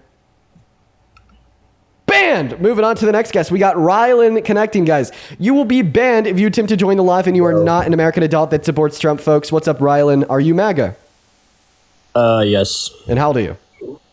I'm 19. All right, what year are you born in? 2006. All right, tell us why you support Trump. I believe people with dicks should stay in the dick room, and people with, for GGs, just stay in the other room. Very, very nice thought process here. Very intellectual and nuanced. So obviously you're going to be hinting at some argument that you support Trump because of an attack on trans individuals. We cannot talk about trans individuals on TikTok. They will take me down. They'll take you down. It won't be fun. However, there's definitely a question that I can ask you about the intellectual wisdom that you just shared us. If you think that individuals with a male phallus should stay separated from individuals with a female reproductive organ, how would you feel if a man like you or I walked into the changing rooms of naked teenagers and naked grown adult women unconsensually just to look at them? That's wrong. Is it really wrong? Well, imagine Can I just get a yes or no? No. You don't think it's really wrong to sexually exploit naked girls? Well, no, I said yes. Okay, yes, you do. Yes. So just hypothetically, right, if a man did this, sexually exploited the naked bodies of teens and grown adult women by walking in on them while they were changing in a women and girls only space, and then they turn around and ran for president, would you ever support them in a billion years? I look beyond past that. I look at what, I don't care what they do, as long as, which side is, what I believe. You don't care if our president is a predator? I do. Sexually exploited kids? No, I do. Okay, so you do. So hypothetically, oh, well, there's no evidence Trump has done this because he hasn't. He's a good man. But hypothetically, if Donald Trump did sexually exploit naked teens and women by perving on them while they're undressed in women-only changing rooms, would you still support him as president? No, but did he do that? No, he didn't do this. But I just want to clarify your answer. There's no. No. Okay, I feel like if this actually happened, you would change your response and you'd be like a hypocritical cult member and you'd go from suggesting that you wouldn't support Trump if he's done this to still defending him if he had. No, if he did, I wouldn't. Are you sure? I wouldn't support him. Yeah. We're going to go to the clip. Here we go. I wouldn't. You tend to think about the conflict a little bit later on. The question is, how can it not be construed? No, I mean, some of these foreign girls, Mr. Trump, in my country, we say hello with vagina. And, well, you could also say, as the owner of the pageant, it's your obligation to do that. So you have done that. Now, tell me I'll what tell you the funniest is that I'll go backstage before a show. Yes. And everyone's getting dressed and ready and everything else. And, no men are anywhere. And I'm allowed to go in because I'm the owner of the pageant, and therefore I'm inspecting it. I'm inspecting. I want to make sure that You're like a everything is doctor. good. You're there. Yeah, the dress. Is everyone okay? They're standing there with no clothes. Is everybody okay? And you see these incredible-looking women. And so I sort of get away with things like that. All right, before you say a word, you are at a fork in the road. You have two paths. Your first path is to be a man of your word and stay true to what you told us and redact your support from Trump. I can't I'm not done talking. Your first path would be for you to be a man of your word, stay true to what you told us, and stop supporting Trump because you told us if Trump had done this, then you'd no longer be MAGA. Now, your second path is to be a spineless MAGA droid, be a hypocrite, contradict what you told us, and continue to support him and find some weird workaround, sophist way to justify it. Now, I will have you know, before I played this clip, I told you that I think if this actually happened, you would still support Trump. You would be that spineless cult member, and you reaffirmed to me and the other 24,000 people watching on YouTube and TikTok that that's not the case, and you would redact your support if this had occurred. So what will it be, my friend? Are you going to be a hypocrite, or are you no longer MAGA? I'm saying, that's wrong. I'm not gonna lie to you. That's wrong. I already voted for him, so what's my opinion gonna do? For any, do you still support him as president? He's president. I'm not gonna disrespect him, So He's do you still support him as president? I say I wait for this term to end to vote for the next one. So you're not answering my question. My question is 5 words. Do you still support him, 7 words, as president? I support that economy is doing good. Okay. So that's not an answer to the question. I can't. Listen, my friend. One second. I could only condense it to 7 words. Do you still support him as president? It can't get any more simple than that. I could write it with crayon on printer paper and show you it on screen. How about we do that? I don't have crayon, but what I do have is a colorful notepad and a pen. So do you like blue? I feel like you like blue. We'll write it on the blue. Let's see. I actually love blue. One second. I love blue. Well, I guess, the pen is dead, so I can't even write it. We'll set that aside. The question is, do you still support Trump as president after telling us that if you knew he had boasted about perving on kids and women while they were in their dressing rooms, you would no longer support him? And then I played you a clip of him boasting about perving on naked kids and women in their dressing rooms. Do you still support him? I support any president that's president, but what he did is wrong, and that should be dealt with. But okay, so the answer is yes. So the answer is yes. You still do. I support Biden. Yeah, and now you're a I think that's wrong though. He should pay for his And now your apparent argument to justify that is, well, you still support him because he's president. Okay, so you shouldn't just support the president because they're president. But there's a reason I voted for him. What's about that? The trans thing. That's why I voted for him. So now we're really confused. So you still support him as president because you think he's doing good? I support that view he has. Okay. Chat, should we just kick this guy? He's incoherent. Right, I'm just trying to learn if he still supports him. He didn't give me a direct response. And then I was like, hey, I need you to answer the question. I tried to literally write it out for him. Oh, and he left. Okay, all right. We are breaking the minds of Trump supporters today. Yeah, it is just hilarious because we will literally get to a point in these conversations with these Trump supporters where language doesn't work anymore. It's crazy. We'll get to a point in these conversations where if they attempt to further the dialogue in any productive manner whatsoever, they are put in a corner and they lose. So they just break language. Language is words stop meaning what they mean. They just stop understanding simple concepts like, do you still support him as president? everything breaks down. Reality just stops working the moment they're put in that corner. Welcome in. Do you support Trump? Adam. Hello. Hey, what's up? You MAGA? No, but I'm 41 years old. I don't go by labels like all you children do and pick. I know. Here he goes. What state you from, bro? What state am I from? I'm from Colorado. Why are you emotional? No way. Not Mormon country. No way. Mormon country's not No Colorado. way. It's Utah. I know it's Utah. Yeah, I know. So do you support? I got it. So do you support So Trump where as president? you're from, bro? No, I don't support any of them at all. Okay. Because this is the problem. You're calling. Have a good one. We're going to move on to the next guest. We got Steve loading in. What the hell's going on with the guest today? Eduardo, thank you for the $20 on PayPal. Eduardo with the $20 says, happy delayed B-Day. Have you liked the drink? Pretty shit, huh? Yeah, Eduardo, I'd one taste of whiskey, never again. It was too much. It was too crazy. I'm just kidding. But thank you for the love, Eduardo. What's up? Do you support Trump? Okay, Steve's not here, so we're going to go to kick them and move on. For the 19.5 thousand people hanging out with us on TikTok, guys, make sure that we're double tapping and sharing out this live. Hopefully, we'll be able to get a Trump supporter up in here soon to have a debate with. Show some love to Eduardo down below, as well as Heidi. Thank you so much for the $20 on Venmo, saying happy belated birthday. Sure appreciate you. You are doing great stuff. Thank you for the love, Heidi. That's very kind of you. As well as Haley with the $20, saying everyone shut up, my show is on. Show some love to Heidi and Haley down below in that chat, you guys, as well as Ivan with the $5. Thank you so much for the love. Let's go and get that next guest connected to the stream right now, guys. Only join if you're an American adult that supports Trump. We are just simply looking for debates, everybody. We are just simply looking for debates. What is up? Do you support Trump, Lester? No, I don't. I just wanted to say I appreciate it. I mean, I really appreciate that. Thank you so much, Lester. That's very kind of you. We are just looking for Trump supporters, though, so we're going to move on to the next guest. We got Mark connecting, guys. Please make sure that we're following those rules. Please make sure that we're following those rules. What's up? Do you support Trump? Absolutely. Oh, Mark. How old are you? 18. Okay, you're 18. What year were you born in?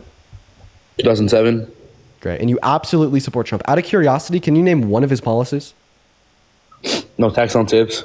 No tax on tips. Well, I mean, that wasn't one of the policies. That was a greater part of the Big Beautiful Bill. It was a provision of the Big Beautiful Bill. Not really. But go ahead and tell us. Why do you support Trump? I just have a question. So you don't like him at all? No, I do. But, like, do you not like him at all? Yeah, no, I don't like Trump at all. Like, so, like, you hate him? Yeah, I could say I hate him. But, like, why? Why? Well, he was found civilly liable for raping a woman. I think it's okay to hate rapists. Do you think he actually raped her? Yeah, because that's what the unanimous jury of 9 concluded.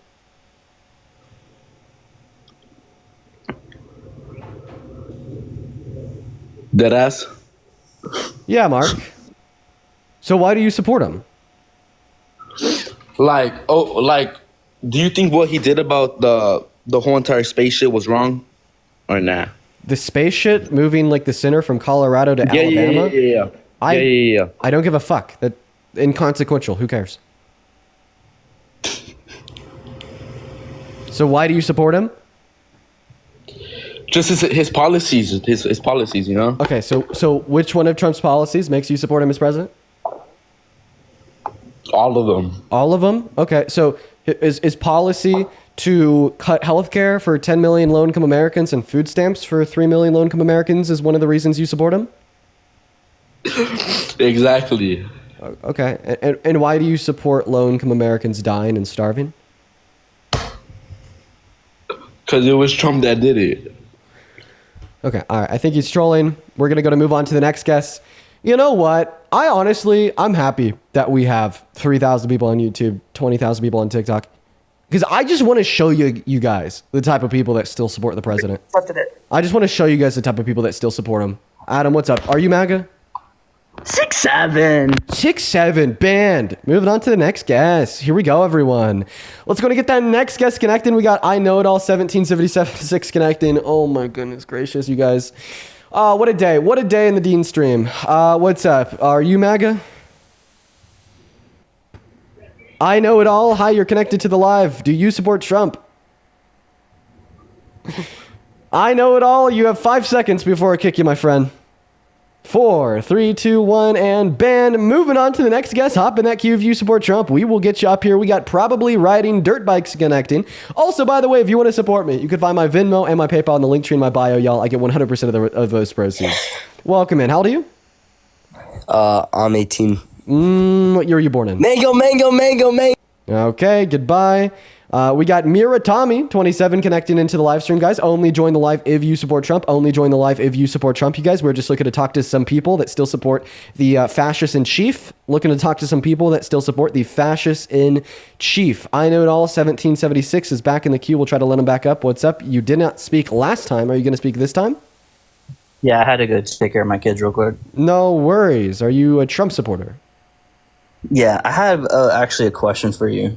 Do you mind if I actually ask you a question first, since you know it all?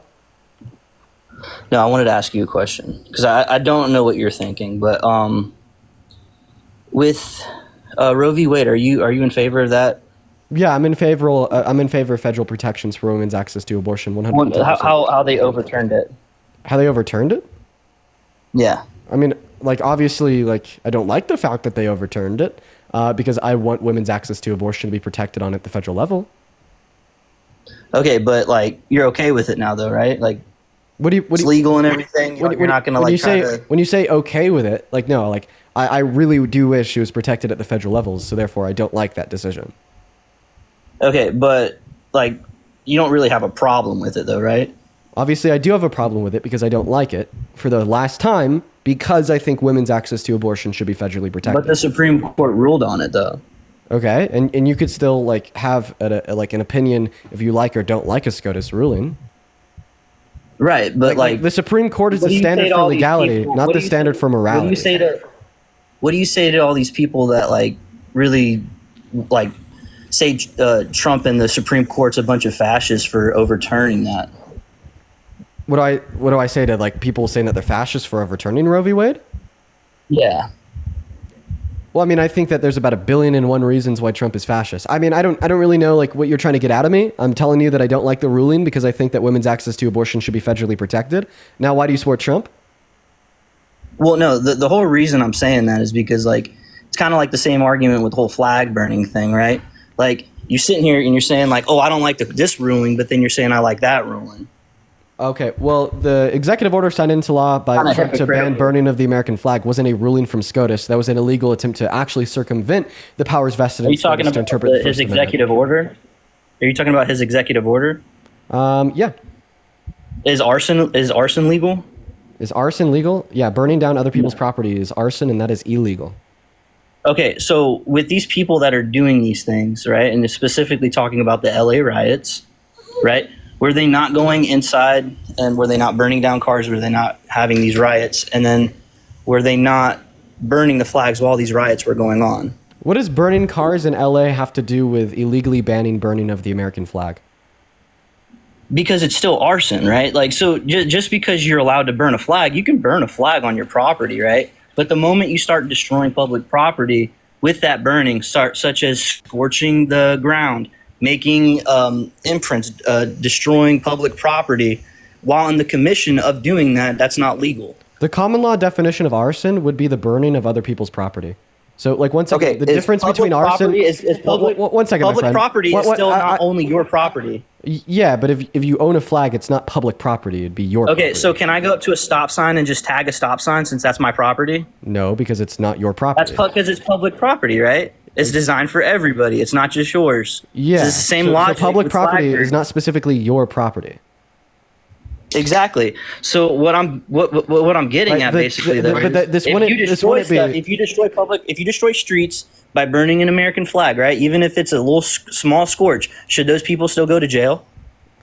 Technically, under the law, what you're asking me. If those people by burning flag, right? I'm asking you a question. If those people by burning a flag destroy, cause any kind of damage to the streets, cause any kind of damage to public property, should those people go to jail for destroying public property? I'm not sure how this would relate to the value intrinsic to burning the flag in of itself, given that it's your property. Well, it's just not a question that I think is going to be relevant, conceptually, to the point of burning the flag at all, right? So, like, the way that you're trying to twist and contort this argument is by basically saying, would you mind if you allow me to finish speaking, sir? Good boy. Thank you. All right.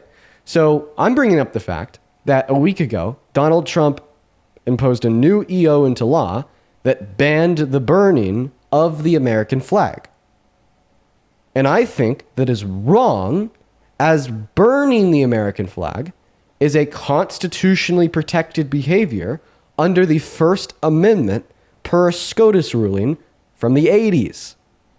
Now, you are attempting to respond to this by saying, well, if in burning the American flag, you commit other crimes, should they go to the jail for the other crimes? And I'm responding to you by saying it is irrelevant, as I'm specifically talking about the act of burning the flag, not defacing public property.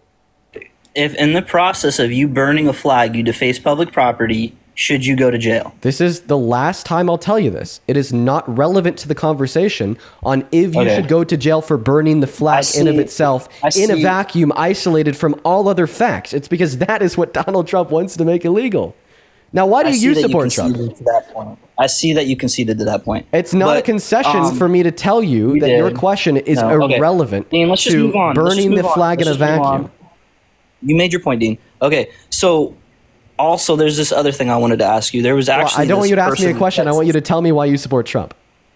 I'm getting there. I'm getting there. I'm just trying to get to your logic. I'm trying to see how your worldview is. I don't know you enough. I just popped on. I know you're popular. Just wanted to get up and see your worldview real quick. So there was actually this case out of Texas where this man actually gave his pregnant girlfriend a morphine pill. Do you think that person should go to jail under your worldview? If it was consensually, no. If it was unconsensually, yes. Why? It's not a baby. So the reason why I'd say he should go to jail if it was unconsensually was because it was without the consent of the woman. And I believe that without the consent of a woman, terminating her pregnancy is a violation of her right to bodily autonomy. I mean, but he didn't actually do anything. All he did was just give her a pill. Everybody says that, Listen, and not only that, I'll give you an analogy. Think about it this way, right? If there's a boyfriend and girlfriend, and the boyfriend gives the girlfriend a pill that kills one of her kidneys, do you think that man should go to jail? Oh, I do. I don't have an issue. But now, with do you? That, wait. Now, here's a follow-up question. That kidney of the woman that the man killed, is that kidney a baby? Is that kidney a part of her body? The kidney is a part of her body. Yes, exactly. Okay, is the baby a part of her body? Exactly.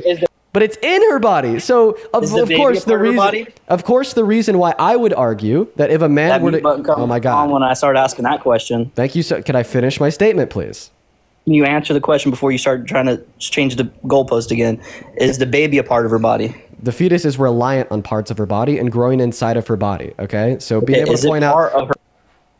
Is it a part of her body? Just answer it. I'm not trying to be disrespectful. Okay, so you don't have to. I'll stop talking when you talk. I promise. Okay. Well, then stop interrupting me. Can I finish?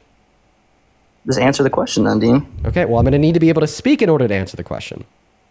Then talk, Dean. Thank you so much. So the question that you're asking me is if the fetus is a part of the woman's body. So I view the fetus to be reliant upon the woman's body. However, I don't think that the fetus is identical to the woman's body. And this is irrelevant to why I am pro-choice. I am pro-choice because I think that there's no good reason insofar as why it would be wrong, therefore it's permissible. Now to get back to what I was trying to say before you interrupted me. Real quick, one more question. No, I'm not going to allow you to interrupt me. I'm still speaking. Thank you so much, sir. You are getting impatient and you are acting erratic and you are interrupting me when I'm speaking. Can you have a little bit more decorum than that?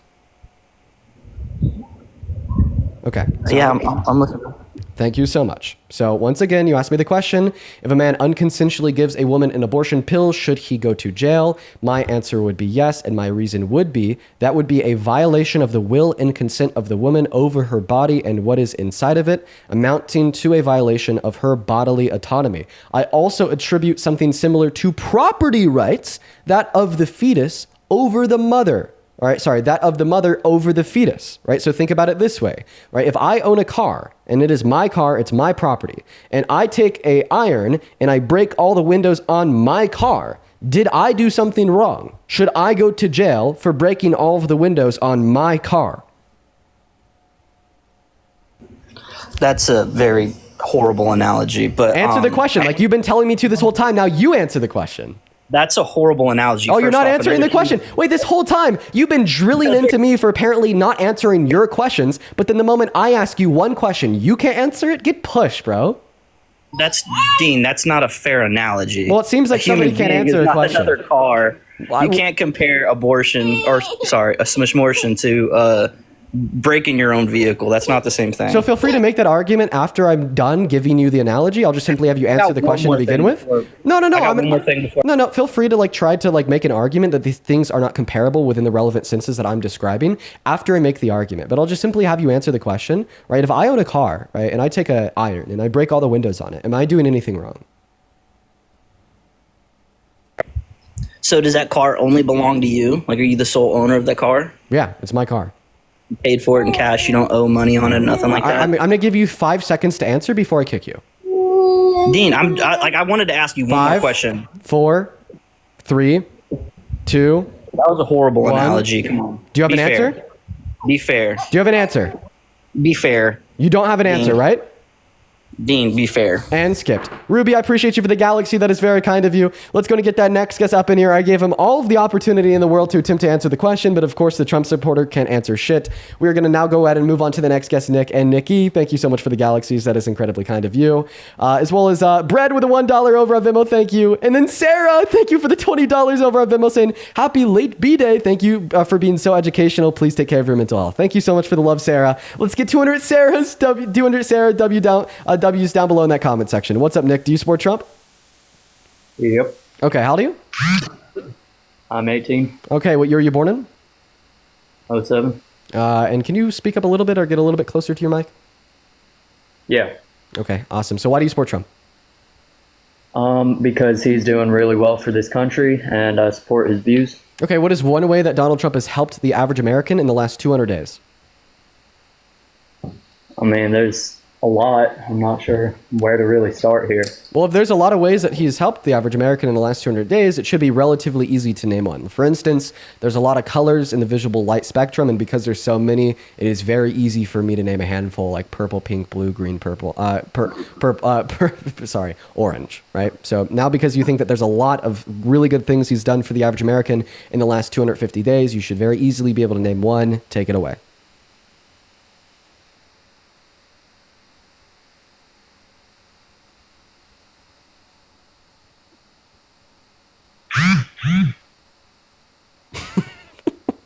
Come on, bro. That's all you got? You don't have anything? Well, I mainly came on here with a question. I'm just, trying to think. I mean, I would appreciate if you'd answer mine. I asked you if you support Trump. You said yes. You said the reason why you support Trump is because he's done a lot to help America. I ask you to name one way he's helped the average American in the last 250 days. You say, well, he's done a lot of things to help the average American in the last 250 days. So please clarify one. Well, he's trying to get rid of the immigrants, the illegal ones, and you bet. Thank you for the galaxy. That's so mass deportation, bringing down the crime rate. Oh, so mass deportation actually shoots up the crime rates. The reason mass deportation increases crime rates is because undocumented immigrants are less likely to commit crimes than citizens. So when you remove a demographic of close to 11 million people that are less likely to commit crimes, and you downsize the overall populace of 2 individuals with a higher propensity on average to commit crimes, crime rates go up. Okay, well, who's doing the main crimes? Citizens. 90% of violent crimes are committed by American men. If you say so, I guess. So my question here was, how do y'all feel about your wishing death on Trump? Thank you so much for the galaxy. How is that, I don't know, right? No, that's obviously very wrong. And nobody's done that. Nobody's ever done that. Literally the whole entire live stream before he started his announcement video, y'all were saying just all this stuff about, oh yeah, I hope he is dead. I hope blah, blah, blah, blah, blah, blah, blah, blah. All of that. How is that? Here's what I'll say to that. So if you're curious why individuals are celebrating this, Feel free to ask them. Okay, well, I'm not going to speak for the people in my chat. Why would I do that? I'm not going to speak for people on the internet. I'm apparently not going to speak for the 1.2 million people that went on Twitter in the last 3 days calling for it. Ask them, right? You're a big sister. I appreciate you for the galaxy. But what I want to ask you, and you still haven't answered, is why do you support him as president? Okay? Because I asked you to try to qualify one way that he has helped the average American in the last 200 days, and you failed. You did not. Yet you're telling me that you still support him as president, and I'm just curious why, right? Because you can't name a single good way he's helped the average American. Let me tell you some ways he's hurt them. According to projections from the Committee on a Responsible Federal Budget, as well as the CBPP. Let me make sure I got that right. Yeah, according to the Center of Budget and Policy Priorities, the big beautiful bill, which costs the taxpayer $4.5 trillion in debt-related spending, is going to be reducing the after-tax income for 55% of income earners in America. If you make at or less than $51,000 per year, you're going to be worse off at the end of the year because of Donald Trump's big beautiful bill. Not to mention that it's taking healthcare away from 10 million and food stamps away from 3 million. So if I can name like these 3 crystal clear ways that him and his policy are hurting the average American, and you cannot give me one way that him and his policy is helping the average American, why would you support him?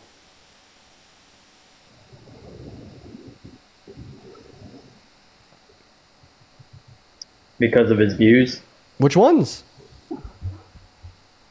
Well, if I answer that, then I'll be called numerous things that are untrue. And that's just kind of how y'all do that stuff. So can you answer the question?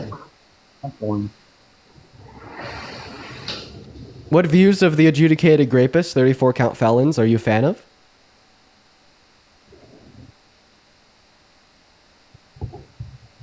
Yeah. So it doesn't actually look like you have a response. Can you tell me why you and millions of other Americans basically support this idiot with no reason? No, we can't. He left instead. Let's go and get that next guest connected into the live stream. We are running through the Trump supporters today. For everybody watching at home, I don't know, man. This is gold, because what we're seeing is Trump supporter after Trump supporter join the live and fail to give any reason why they support him as president. It's very sad. Bread, thank you for the $5 on Venmo saying push. Thank you for the love, Bread. As well as Club Brain Fog with the $10 on YouTube saying first time seeing you after the iHip channel. Great debate vibe. Thank you for the love. You are awesome. It's very kind of you. As well as Ashley with the $10 saying, how is having more corporations in America a good thing? Well, I mean, it could like incentivize more economic growth. There's definitely like good things to more business in America. I just don't think that Donald Trump is actually doing that with his policy. As well as David, what's up? Do you support Trump? David is not here, so we're going to go and kick them and move on to the next guest. We got Mr. Steve loading up. For everybody hanging out with us on TikTok, y'all make sure that we're double tapping on that phone screen and sharing out this live with a handful of friends. What's up? Do you support Trump, Steve? Are you talking to me? Yes, sir. Are you driving? No. Okay, could you disconnect your phone from any and all Bluetooth devices? I could barely hear you. Hold on 1 second. Okay, I'm gonna mute you while you're doing that, Steve. To unmute, just click on the icon of the mic, and I bet you could get that all figured out. Oh, okay. Steve's figuring that out. Somebody in the YouTube comment section says that I'm being mean today. Okay, I'll try to be a little bit nicer. I think that I was just really fed up with Trump after like sitting down and watching, his spiel there for an hour and a half where he's saying people are born as criminals and whatnot. And like every guest that we've had so far today has been pretty damn rough. So I'm a little bit more fed up than usual, but I'll try to be a little bit nicer. Let's go and get that next guest up here in the meantime while this guy's figuring out his shit. Okay. All right. We are going to go ahead and get that next guest connected as well. We got Ryan RC. Is that better? Can you hear me now? Hello? Yeah, you were definitely driving, Steve, so I'm going to have to kick you. Let's go to move on to the next guys. Steve is like definitely driving. So what's up, Dave? Do you support Trump? Yeah. Okay. How old are you? 63. Damn, dude. All right, Dave. So why do you support the worst president out of your 63 years of life? Oh, let's go back to that one topic. Immigration. Okay, that's a word. Okay. So do you support Donald Trump's immigration policy? Yes. Okay, so what immigration policy of Trump's do you like? Generally, the part that's keeping more fentanyl out of the country. Oh, right, Dave. Well, I gotta kick you because you can't say that on TikTok Live. If I had any supposition that that's what you were about to say, I would have given you a heads up. It is a really weird TikTok rule, guys. You can't say DRUG or the names of any DRUGS on TikTok. It's strange. What's up, Dad Bod? You MAGA? Hey, since when can't you mention certain narcotics? Well, I gotta kick you for saying that, Dad Bod. It's been a rule on TikTok forever. It's been a rule on TikTok forever. Let's go to now load up that next guest. We got Toxic. We got Toxic connecting. What's up? Do you support Trump? Fuck yeah. Oh, how old are you? I'm 19. You're 19 and you support Trump. Let me ask you a question. Are you a patriot? What happened? Did you say Poppy? Yeah. I'm going to ignore that. Are you a patriot? Your daddy. Who's my daddy? Trump?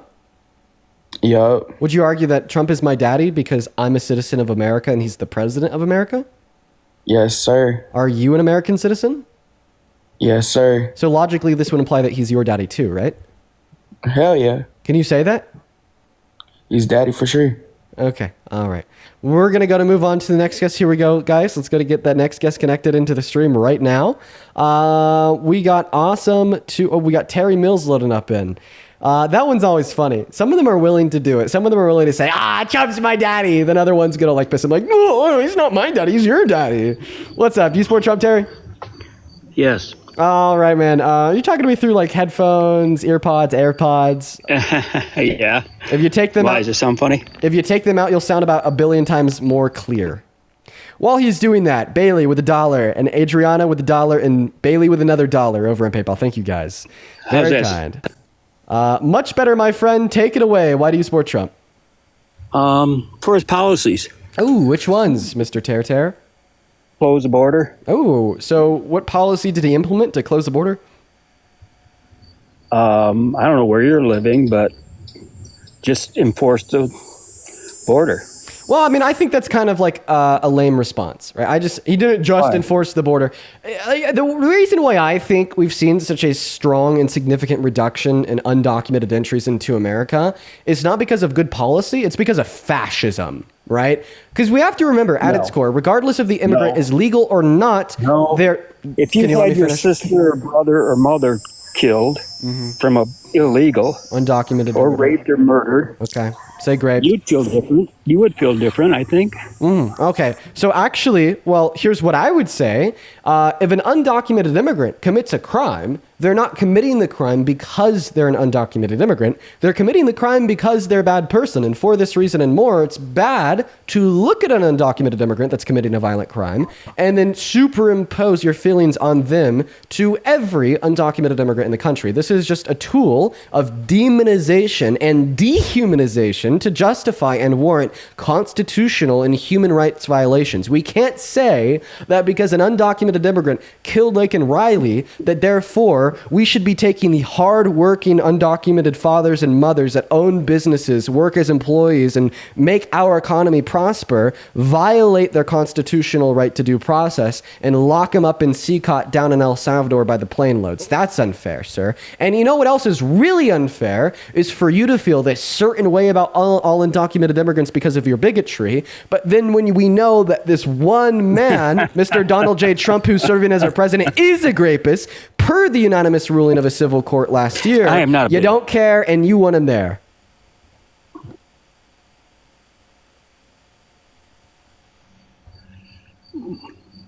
I don't care. I do care. That's why I voted for him. So you voted for him because he's a rapist? What he is saying, make America great. You like America being great? Yeah, I want America to be great, and he's not making it great, and that's why I don't support him. Don't you think? Have you been out of this country before? Yeah. Have you been out of this country? Have you? Yes. What country did you go to?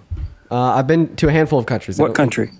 I don't. I'm not going to sit here and give you a list. Seems pretty off topic. Have you been? Why is it off topic? I think America is one of the best countries in the world. Well, we're trying to. So the reason it's off topic is because I'm trying to talk to you about why you support Trump, not about where I've traveled. Well, his policies. I like his policies. I like that he opened up like the people he supported in California when their houses burned down. He got he got the people out there that needed to approve the new houses, but only 2 houses because of their governor has been given permits to build. Okay. Well, we're not talking about Newsom. We're talking about Trump. Here's the deal. I actually want to go back to the first thing that you said. So I brought up how he is kind of being a fascist and violating the constitutional and human rights of undocumented immigrants. You then respond to that by saying, well, some undocumented immigrants have committed violent crimes. Sir, are you a natural U.S.-born citizen? Yes. Statistically speaking, I was in the Air Force. Statistically speaking, you are 2.5 times more likely to commit violent crimes than an undocumented immigrant. Should we deport you first? I don't know how that's true. Oh, you don't know how that's true? It is true, sir. My source would be PNAS, who's been tracking crime statistics of citizens and undocumented immigrants since the 19th century, my friend. Well, I used to work in a company for people that wrote specifications, and I saw how you can spin everything to make things fit. Okay, well, you're saying that this is a spin to make it fit. That's a very intellectually lazy response and a cope with reality. I think it is. I don't know. I don't know that what you're talking about. I don't know. I don't have any information. You don't have any information about that. So then let me ask you a question. Then let me ask you. Then let me ask you a question that doesn't determine any I see my neighbors. They're not like that. Did you just say white people? Pardon? You said I look around. I see all these white people. Yeah, I see all sorts of white people around me. Yeah, I see all these white people around me. They're not like what you're talking about. Oh, okay. So, my friend Terry, that is racist. Okay, and I'm going to give you a very clear explanation insofar as why. All right? So, regardless of what your race is, your race doesn't make you more or less likely to commit crimes. The melanin content in your skin cells doesn't predispose you towards aggression or lack thereof. Mr. Sundown Tear. You should have learned this in high school, but quite frankly, one could argue you probably didn't even go if you're saying shit like this.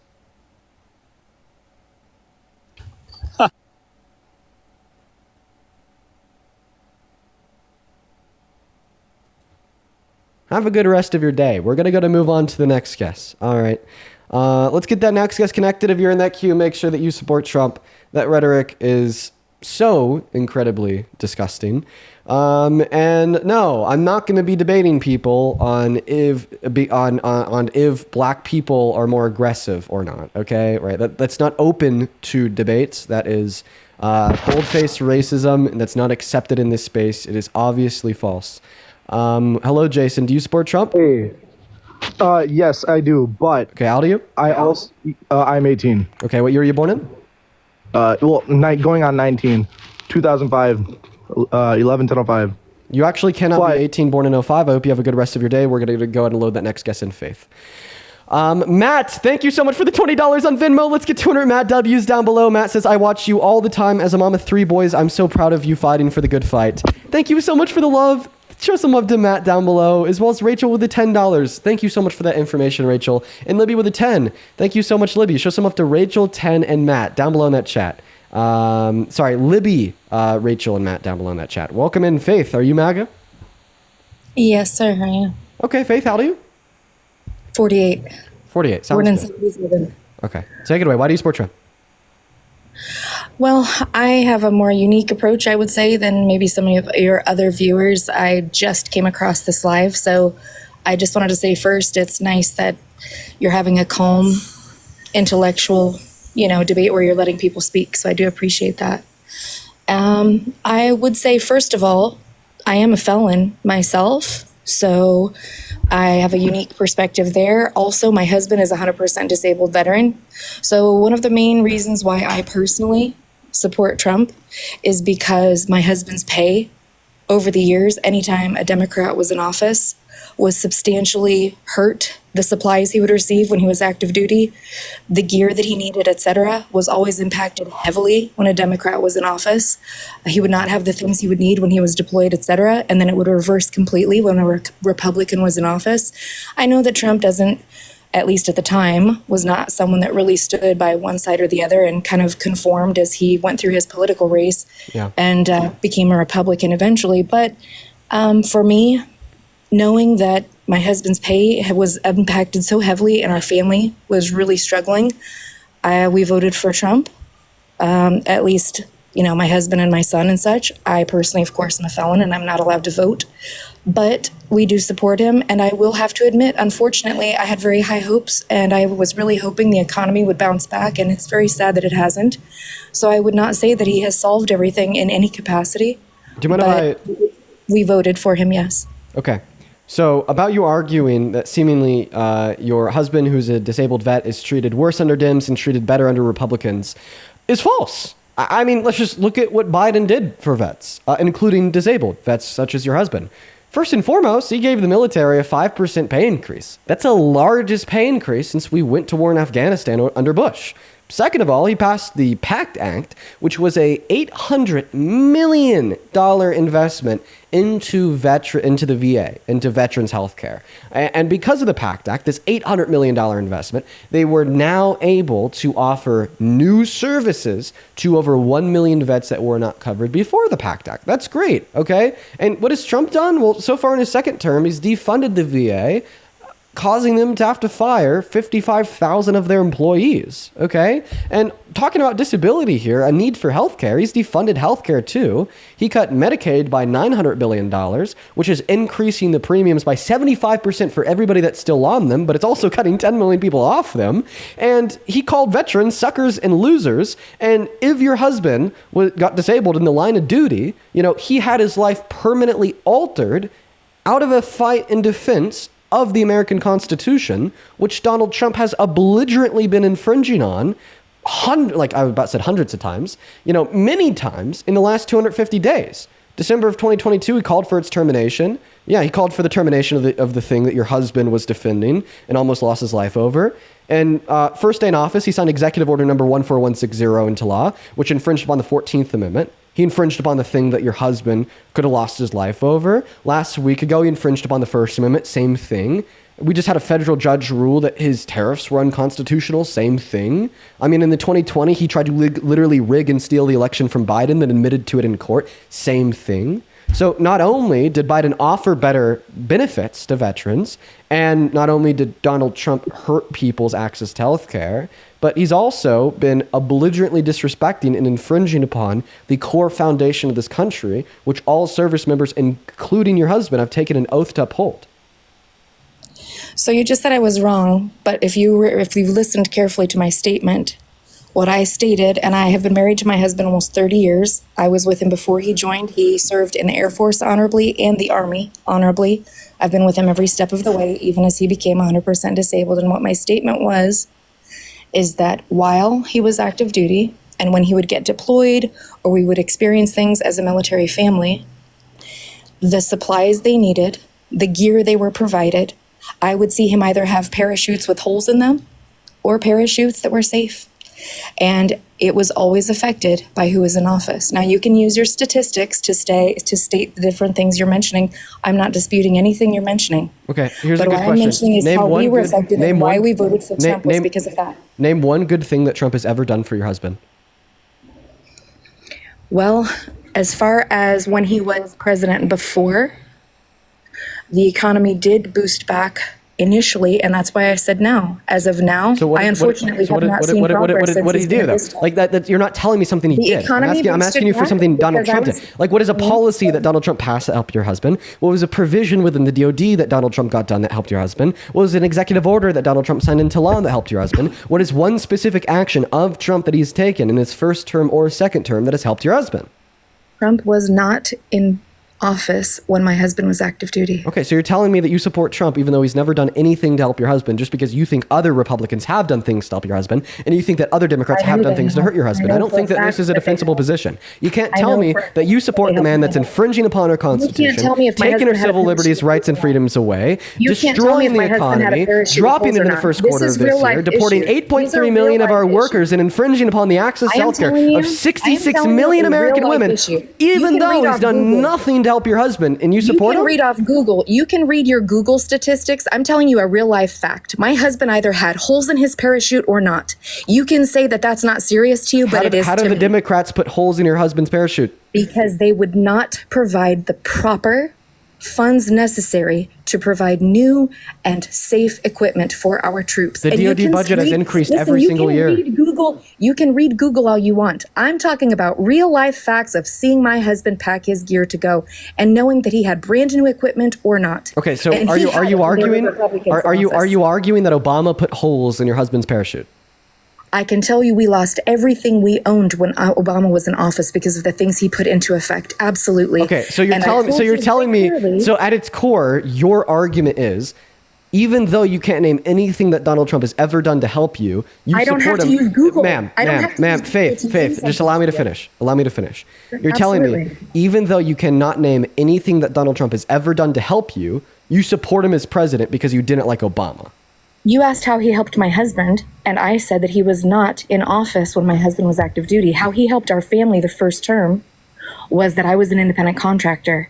And because of the things he put into place at that time, my income helped our family. What did he put into place at that time that helped your income? And that is why we voted for him this time. Okay. And I've been very clear with you. So what did Donald Trump do in his first term that increased your income? Let me finish, because I literally said this at the get-go, that I have not seen evidence in this term of him being helpful, unfortunately. I've literally said that at the get-go, that I've been very disappointed this term. I was very hopeful because of how things improved the first time, and it's very sad that they have not improved this time. So I'm giving you an honest feedback. Okay. So I just want to be clear, right? You told us that you voted for Trump and you support him today because in his My first husband term, and my son, because he I'm a did felon, I things can't vote. you support Trump because in his first term, he did things that increase your income. What did Donald Trump do in his first term that increased your income? The things that he implemented boosted our economy, and my independent contractor pay went up. I went from making What things? $70,000 to making over $1 million a year. What things did he implement that helped you? I didn't Google it to see every single thing he did. Okay, so you're telling us that because it happened, are you telling us that because it happened under his presidency, he caused it? I know that the things he put into place made a difference in my pay. Okay. And then when he was out of office, it went down again. Are you arguing that you know the things that he put in place increase your pay because your pay was increased while he was president? I did not receive an increase in my pay as far as a raise per se, because I'm an independent contractor. However, my work, because of the economy being boosted, increased because people had more funds available, because everyone benefited when he was in office the first time. Everyone benefited. And that's why we all voted for him again. Faith, with a yes or no, I'm just trying to drill it. He won the popular vote and the electoral vote. Why don't you guys want to admit I'm just trying to drill it down. It's not just my opinion. He won the popular vote and the electoral vote. Okay. Every single way he needed to win, he won. So is your argument... the fact that you guys are not happy with him, I'm not saying I'm happy with him either, but he won, period. Fair and square. Are you telling us Are you telling us that you know his economic policy in his first term helped you because you were better off and he was president? That's one way to put it. I would say that that's a fair way of stating it. Okay. So that is a logical fallacy. It is fallacious to assume that whatever happens in the American economy is necessarily caused by the president. It takes at least 2 years. One moment. But if we assume that your reasoning Yes, here I is am a correct. Could I? No, I'm no, sorry, no, can no, I no, say no, one no, no. You thing? cannot say anything, Faith. Let me finish. Maybe I am No, Viking you can't. just You so that can't. You people can't make say. fun of You Vikings cannot. in the You cannot say anything. I want you to let me I finish. actually can. So if you don't want to let me have a Faith, voice, I'll just. I'm going to mute you if Thank you don't let me Thanks for not letting finish. me have a voice. I Thanks for will letting let me you have a voice once I'm done speaking. And she left too. What is going on with a guest today? Why is everybody acting like an immature toddler? What is in the air that is causing these 30 and 40-year-old American adults to act four?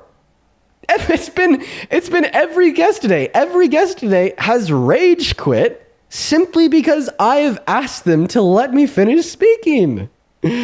Oh my goodness. Let's go to move on to the next guest. Listen, guys, there is over 20,000 people watching the stream live right now.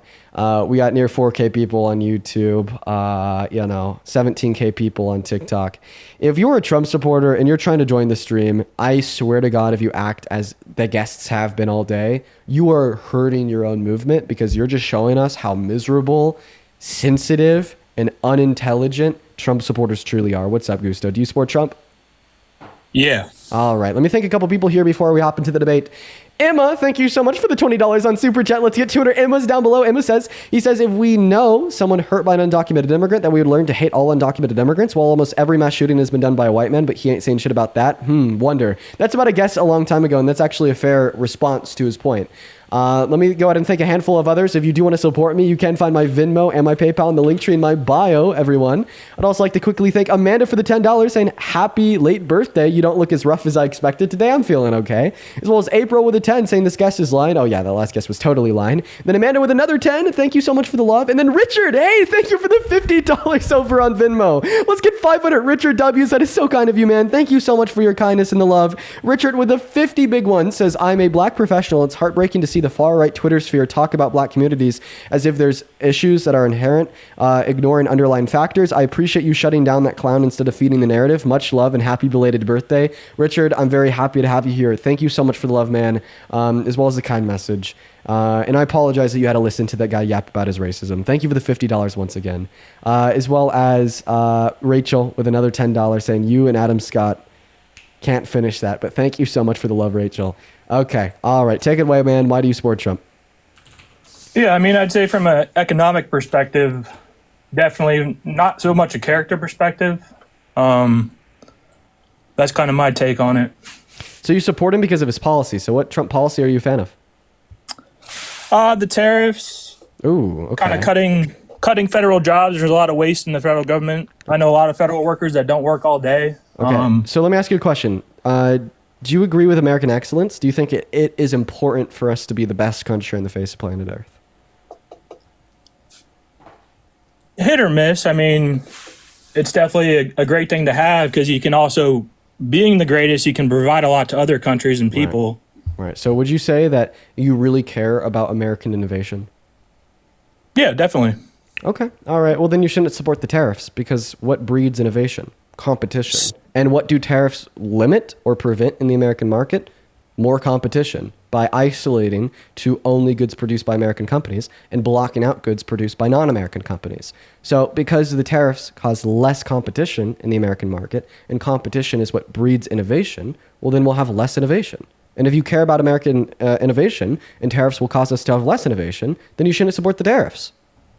I mean, that's a great point, but looking at the current status and financial status of our government, where we're $37 trillion in debt. 38, approaching 38.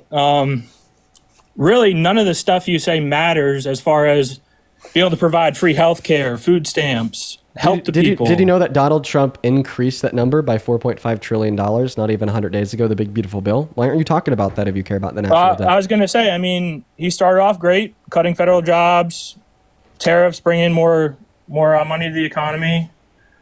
But so far with the big, beautiful bill, it's kind of gone more towards downhill. Okay, but so overall, if you think that his policy is bad, then you wouldn't support him as president. He's done more as far as cutting the deficit than anyone has tried in the past. I'm not saying that he's done the best job.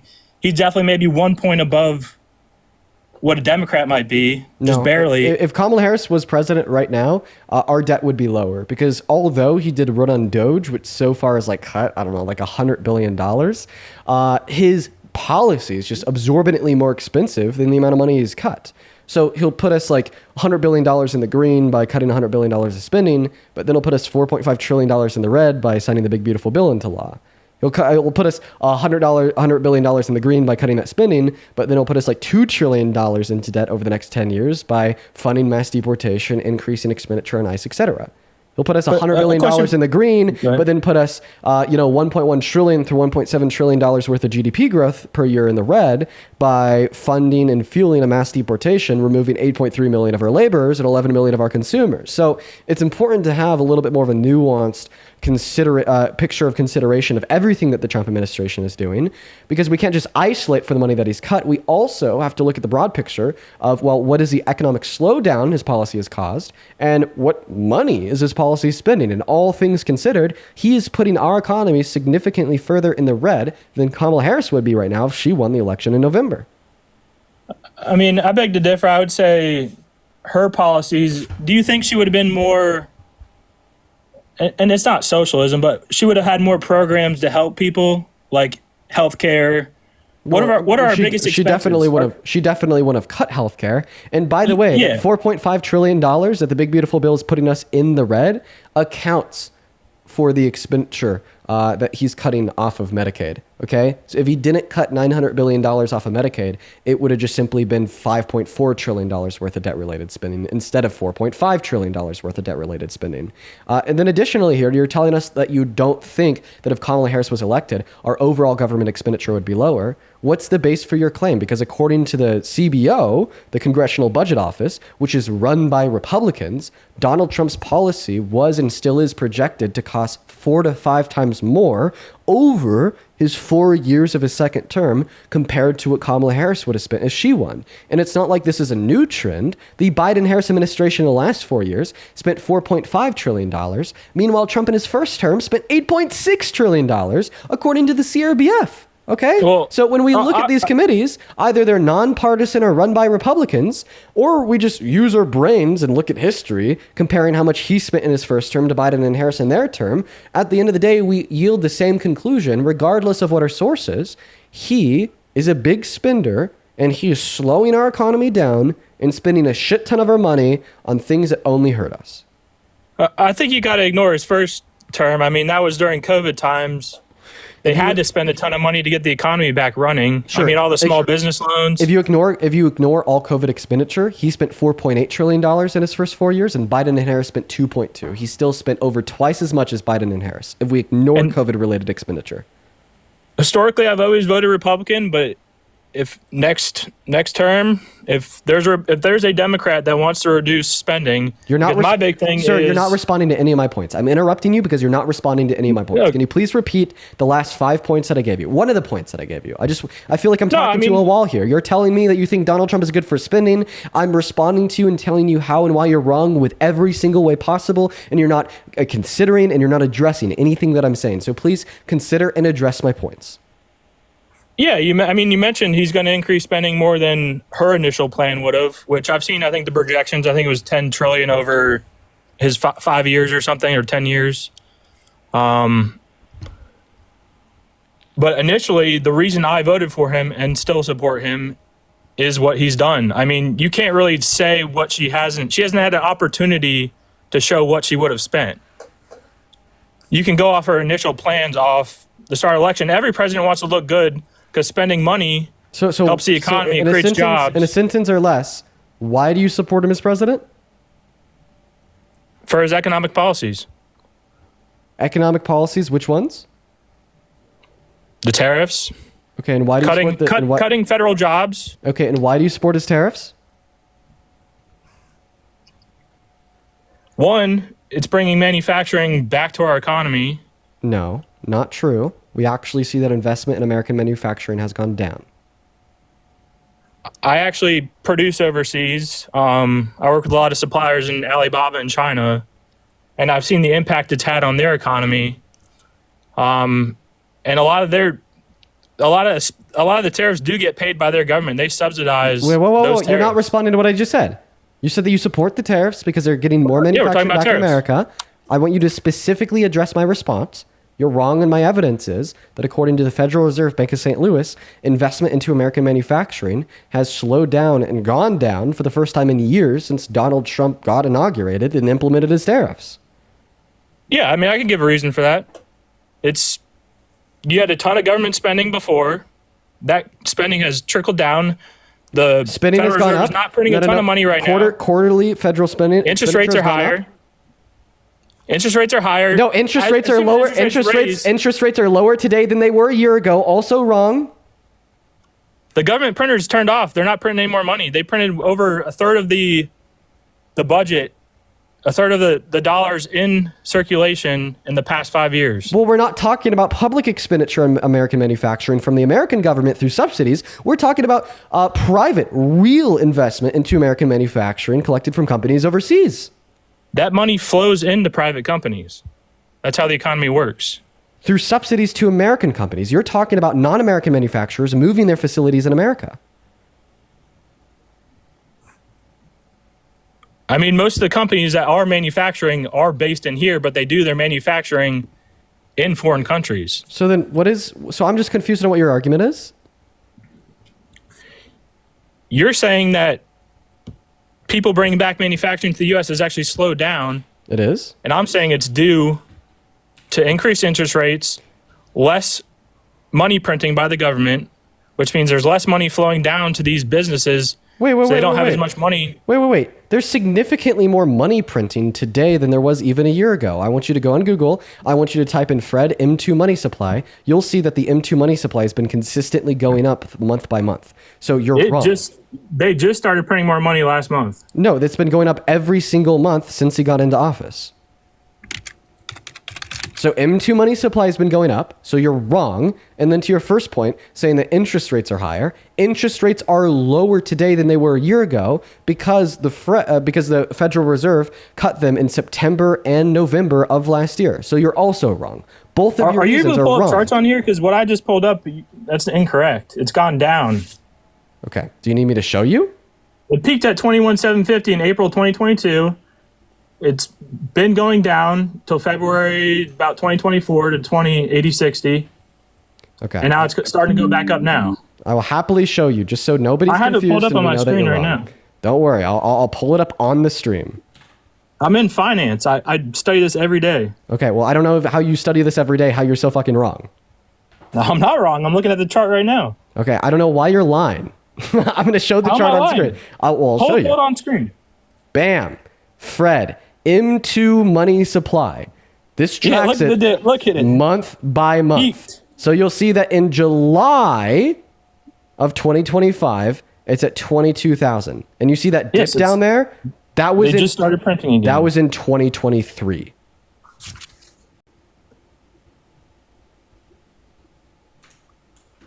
Oh, 2023, yeah. May 2023. Oh, yeah, that was in 2023. And my claim was it's been going up since Donald Trump's inauguration. Hey, so how long does it take? How long?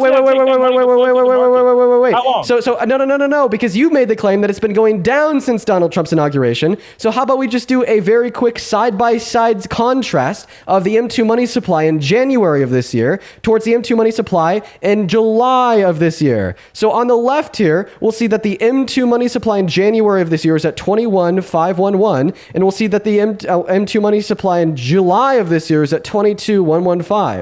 I want you to look at these numbers and tell me which one is higher. Which number is higher, 22,115 or 21,511? Which one? July, but you have to give the reasoning behind that. How long does the money take to flow through the market? Wait. So now you're trying to shift the goalpost. Now you're trying to shift the goalpost because now you're telling me that we got to give reasoning behind that. Well, you're the one that rejected that this was true in the first place by arguing that the money supply was lower today than it is when Donald Trump was inaugurated. There's which is reasoning not behind true. everything.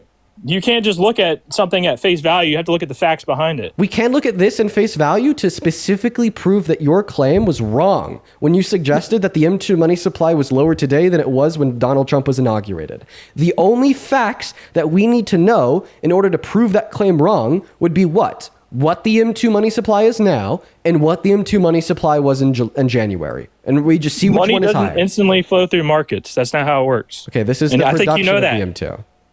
I think you know that. It's the same thing with real estate. Real estate prices take years to fall or go up or go down, depending on what happened. Okay. 2008 happened, they fell for another 2 years after that. Okay. Same thing, you print a bunch of money beforehand. Wait. So now Yeah, you're trying to make a sophist argument by attempting to posit that we will not immediately see the impact of this and we could expect the M2 money supply to continue to gradually increase. Okay, this is just an explanation on why you were wrong when you told us that it was lower today than it was in January. That's no explanation. That is. You're reason why giving Jerome Powell waits to cut interest rates. They're waiting for data. You're giving a possible explanation on why you were wrong when you said it was lower today than it was 6 months ago.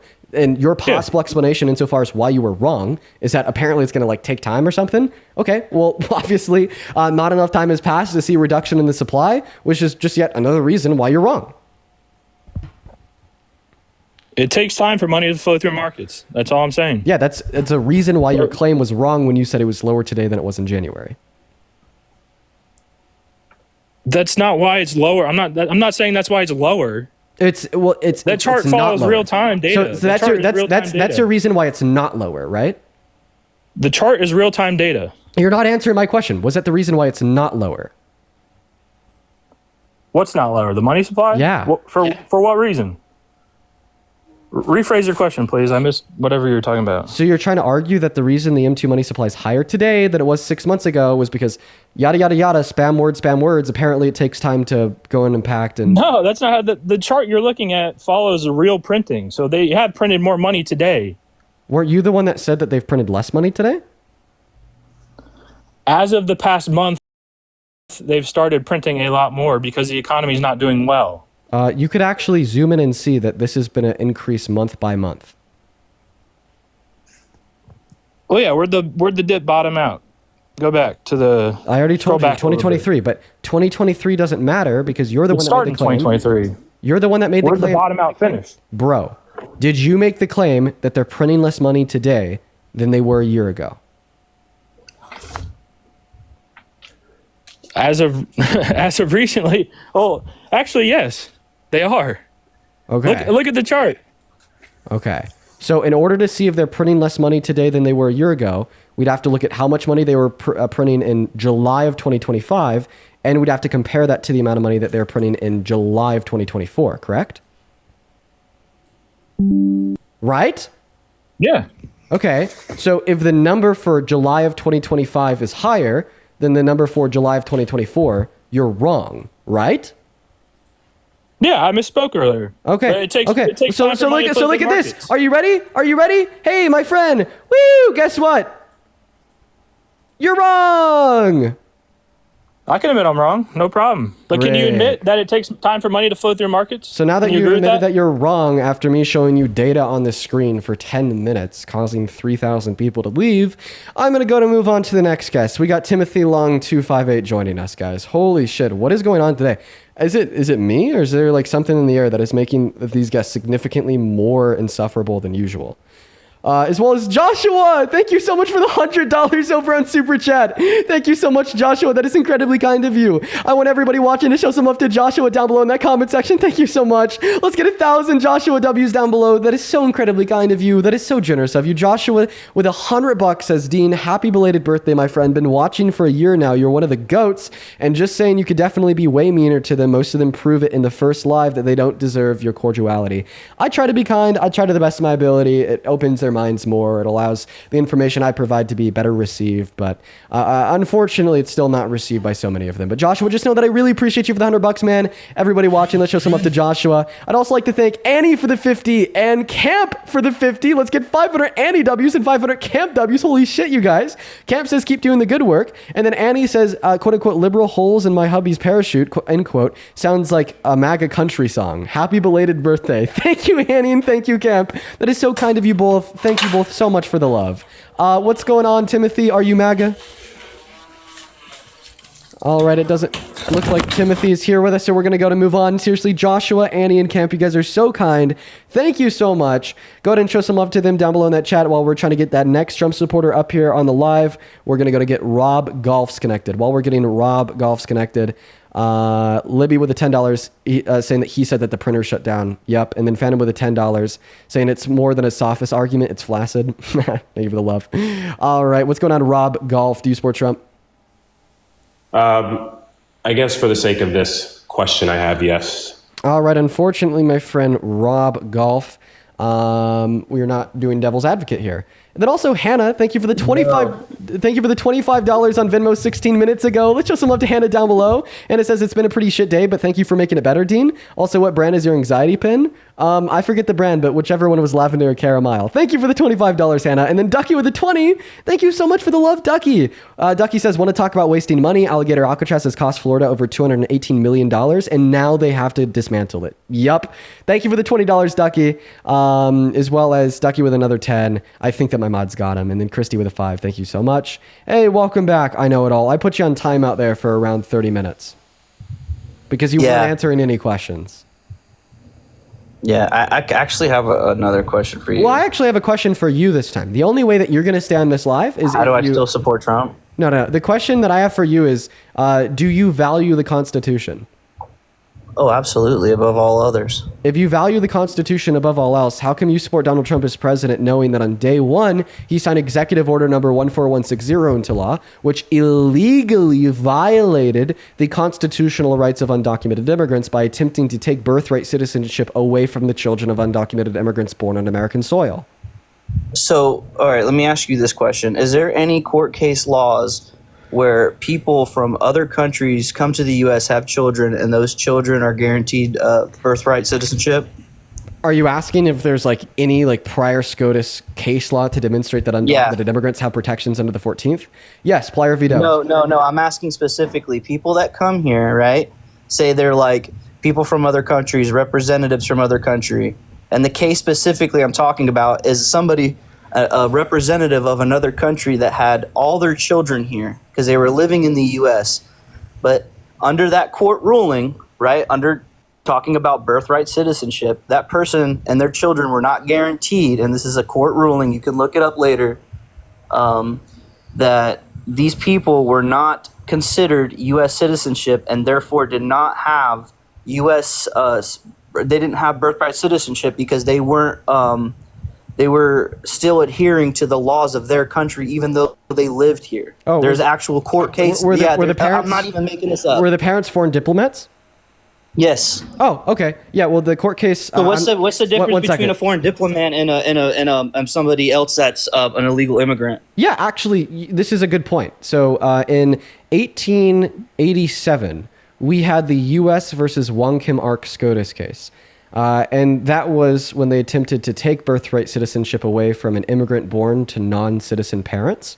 And the SCOTUS set forth particular boundaries for who had birthright citizenship under the 14th and who didn't. And the way that they managed that was not by explicitly detailing who does, but rather by specifically detailing who doesn't. So in the Wong Kim Ark case, SCOTUS ruled that there are 3 groups of people who are not subject to birthright citizenship. The first group is foreign invading military forces. The second group is foreign diplomats because U.S. law doesn't apply to them. And then the third group is indigenous Americans, but later that was fixed through U.S. law. No, stop. Stop. I'm going to mute you. So, yeah. So the reason why foreign diplomats and their children born on American soil are not subject to birthright citizenship is because the 14th Amendment is clear. In order to be subject to birthright citizenship, you have to, 1, be a person born in this country, and 2, your parents have to be subject to U.S. law. But foreign diplomats, definitionally speaking, are not subject to U.S. law because they're diplomats, meaning that their children do not have access to citizenship if they're born on American soil. But the question that you asked me was, well, what's the difference between a foreign diplomat and an undocumented immigrant?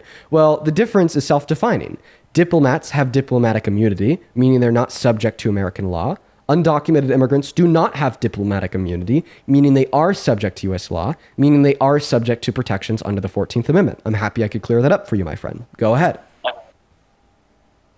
So you actually got that totally wrong, right? So U.S. diplomats are subject to our laws. If they come here and they commit a crime, they are subject to our laws. If they come over here, right, and they have an illegal possession of illegal drugs, do they not get arrested? Okay, I'm not sure that you could say that. And there's a scope of diplomatic immunity. Illegal drugs, are they? Would they get arrested? Can you spell that out? DRUGS?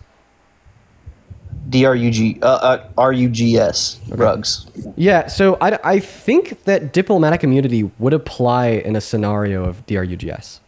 Okay, so with what you just said, right? Trump's basically going after the fact that these people that come into this country, right, they are held to the laws of their country, right? Oh. Even though they're not diplomats, they're still held to the laws of their birth country. No, Yes, they're held they to are. the laws of our country. I want to get to, we're not going to get nowhere on that, but I wanted to ask, we can. since No, you asked- we absolutely can get somewhere. on that. No, Dean. I have a very You don't- compelling argument that undocumented immigrants are held to the laws of I America. don't know what you're talking about because it's still a Supreme Court issue, Dean. We're not. I'm going to give you a very compelling argument that undocumented immigrants are held to U.S. law.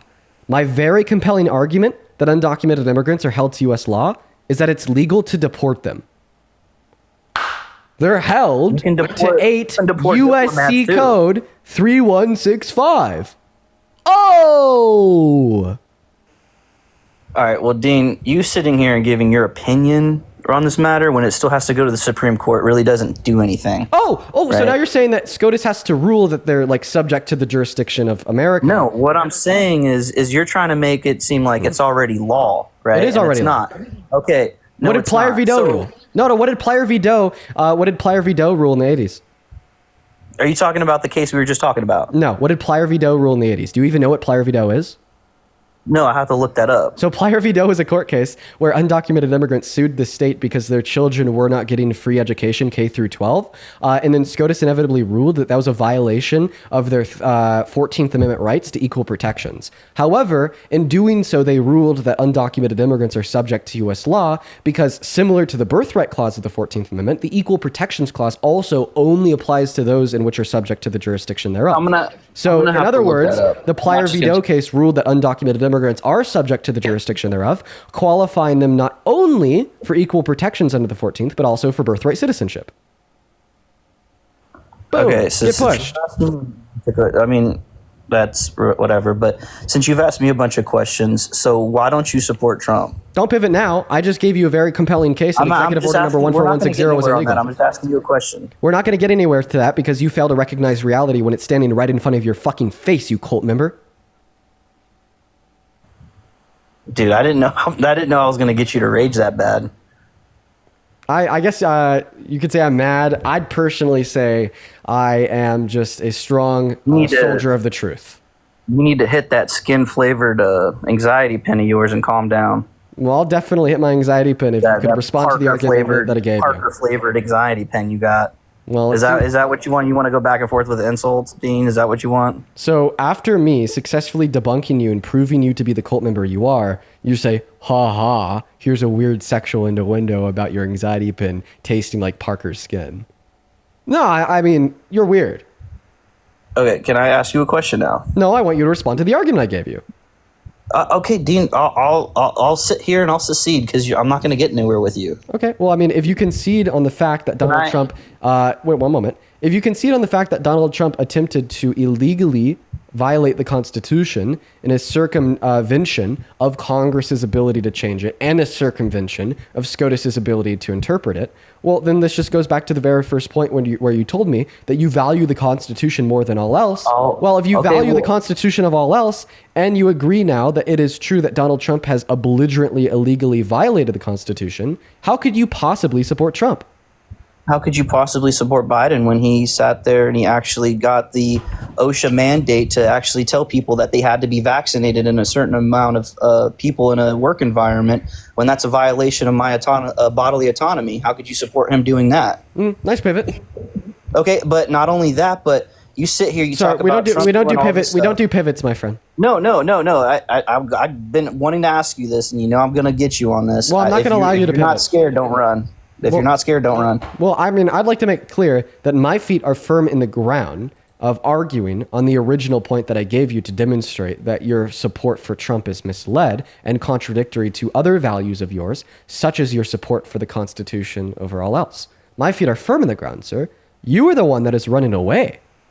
Okay? And just because I'm unwilling to disallow my feet from being firm in the ground on this point, doesn't mean that I'm running.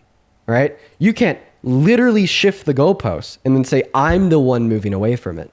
You're the one moving away from me. Okay. Can I talk now? You could respond to the argument that I gave you following your concession about how Donald Trump is a wannabe dictator that has been belligerently violating the Constitution, given your first statement was that you support the Constitution above all else. Okay. So with you sitting here saying that, knowing that you voted for Biden, you obviously are hypocritical, and you're very you're not being genuinely honest about it, because I gave you an example of him abusing his executive power and actually violating the constitutional rights of people's bodily autonomy to choose what they put in their body. And for that example, you actually lost that point yourself, right? So we're both wrong. How about we move on? So next thing that we can move on. So actually, vaccine mandates for jobs, vaccine mandates for, like, let's see here, schools are not unconstitutional. Not talking about schools, talking about OSHA. Yeah, but once again, we'll talk about that once you respond to my point on Trump. This is your last opportunity to do so. If you have an inability to do so, I'm going to go ahead and kick you. I thought you'd be more intellectually honest, man. I'm not going to lie. Intellectual honesty is going point by point and not allowing a bad faith interlocutor such as yourself to attempt to dilute these points by pivoting when you are gotten. I mean, dude, you keep muting me, and then not only that, but like if I don't sit here and, start clapping cheeks, you get mad. So calm down, dude. Well, I mean, I'm actually like relatively calm right now. I'm just simply asking you to not attempt to pivot and deflect when you lose, but to rather address that fact head on.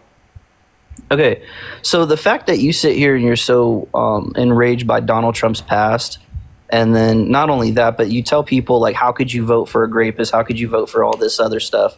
Well, how could you vote for Joe Biden in the 2020 election when he was for segregation and busing? Okay, all right. Another pivot, man. Do I need to repeat it? I'm asking you a I'm not question. going to allow you to pivot. No, I'm just... Yeah. No, my friend, your question is a pivot. like, dude, it's like, I swear to God, think of me as like an analog input computer. If you input something other than a response to my point, I'm going to tell you that you are pivoting, and I'm not going to respond to it until you input a response to my point. It's very crystal clear, but right? I'm just using your own logic. The confine of the debate is clear here, right? Now, we could talk about how you think Biden violated the Constitution. We could talk about how you think that Biden was ultra racist. After you respond to the clear point where you told us that you truly value the Constitution and you agree that Donald Trump has infringed upon it, yet you somehow support Trump. Okay? All right? And like, I'll be frank here. Like, if these points on Biden were relevant insofar as how you could still support Trump even though he's against the Constitution, then they wouldn't be a pivot. But they're not even relevant, as the other option wasn't Biden, it was Harris. Like if Biden ran against Trump in the general election, then a fair response to my argument that Donald Trump is against the Constitution would truly be that Biden is more against the Constitution, therefore Trump was the lesser of two evils. Now that would be a legitimate counter argument, and your claim here would not be a pivot. But he ran against Harris. So your goal here would be to demonstrate that who he ran against, who was Kamala Harris, was more against the Constitution in order to have a cogent, reasonable counter argument to my argument saying that he was belligerently against the Constitution. Okay, well, I have one for Kamala too. When she withheld evidence that would get a free man out of prison, right? Knowing that that man actually didn't commit the crime, knowing that they had to actually force her to release the documents that would set an innocent man free. What was his name? That was violating his constitutional rights. What was his name? Is one person's constitutional rights more important than millions, or is everybody's constitutional rights equally important, Dean? What is his name? I don't have to say his name. Did it happen? Are you just Well, refusing to answer that it happened? So now the reason that I think it would be important for you to share his name with us is just to ensure that the information that you're giving us is accurate. Respectfully, Can you give us Dean, can I just say one thing? Well, I mean, I'll just tell you his name. His name was Kevin Cooper. So Kevin Cooper was on death row. You're right. And Kamala Harris was the prosecutor that put him on death row. You're right, because he was found to be guilty of multiple counts of murder. Okay? Now, after Kevin Cooper was found to be guilty in a court by a jury and a judge because of Kamala Harris's prosecution, he then later attempted to appeal. Now, when the prosecutor, Kamala Harris, got word of Kevin Cooper's attempt to appeal, she went to the judge and she said, "Don't do it. You would be wasting the state's resources. He is guilty, guilty, guilty. We got him. There is no sufficient reason to justify the exploration of an appeal." Now, the judge inevitably disagreed with Kamala Harris, allowed the appeal to continue. But then guess what? The appeal was rejected. And he is still alive on death row today. So Kamala Harris was right, and you are wrong. Okay, so now can I talk or respond to that? Look it up. Go to Google. Type in "is Kevin Cooper still on death row?" It'll say yeah. Okay, so even though that the judge said something, right? Who runs the courtroom? Kamala Harris or the judge? The judge. Okay, so did she disobey the judge's order? No, she didn't disobey the judge's order. She argued to the judge that the judge shouldn't hear the appeal. The judge told her that she that the judge would hear the appeal, and the judge did hear the appeal, and the judge rejected the appeal.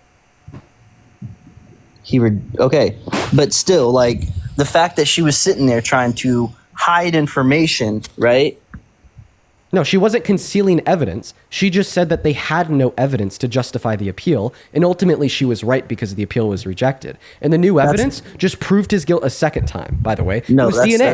It was DNA. They said that they found new DNA on the crime scene that would link somebody other than Kevin Cooper to the murders. Then, like, Kamala Harris was like, dude, that's just Kevin Cooper's DNA. It's not new DNA, it's his. Like this, there's no sufficient reason to justify the appeal here. It'd just be a waste of state resources. It'd be a waste of your time, Judge. And that's what she argued. So the judge wouldn't hear the appeal, right? Because she knew it was a waste of time. That was his DNA and he was guilty. Judge disagreed. The judge heard the appeal. And it was Kevin Cooper's DNA. So the judge rejected the appeal and he's still in death row. My friend, she did her job. That's the job of a prosecutor. The job of a prosecutor is to find people that do bad things and get them fucking locked up. So when she found somebody that like committed 3 counts of murder and got him locked up, when he then tried to waste more state resources by being like, no, but I'm innocent and I should appeal. Of course you'd be like, no, he's fucking guilty. You shouldn't hear his appeal. It's baseless. Judge disagreed. She said, okay, that's your right. Go ahead. Judge opened up the appeal. Kevin Cooper was still guilty, found guilty a second time, put on death row again. All right, you're going to let me talk? Yeah, you're respond to that.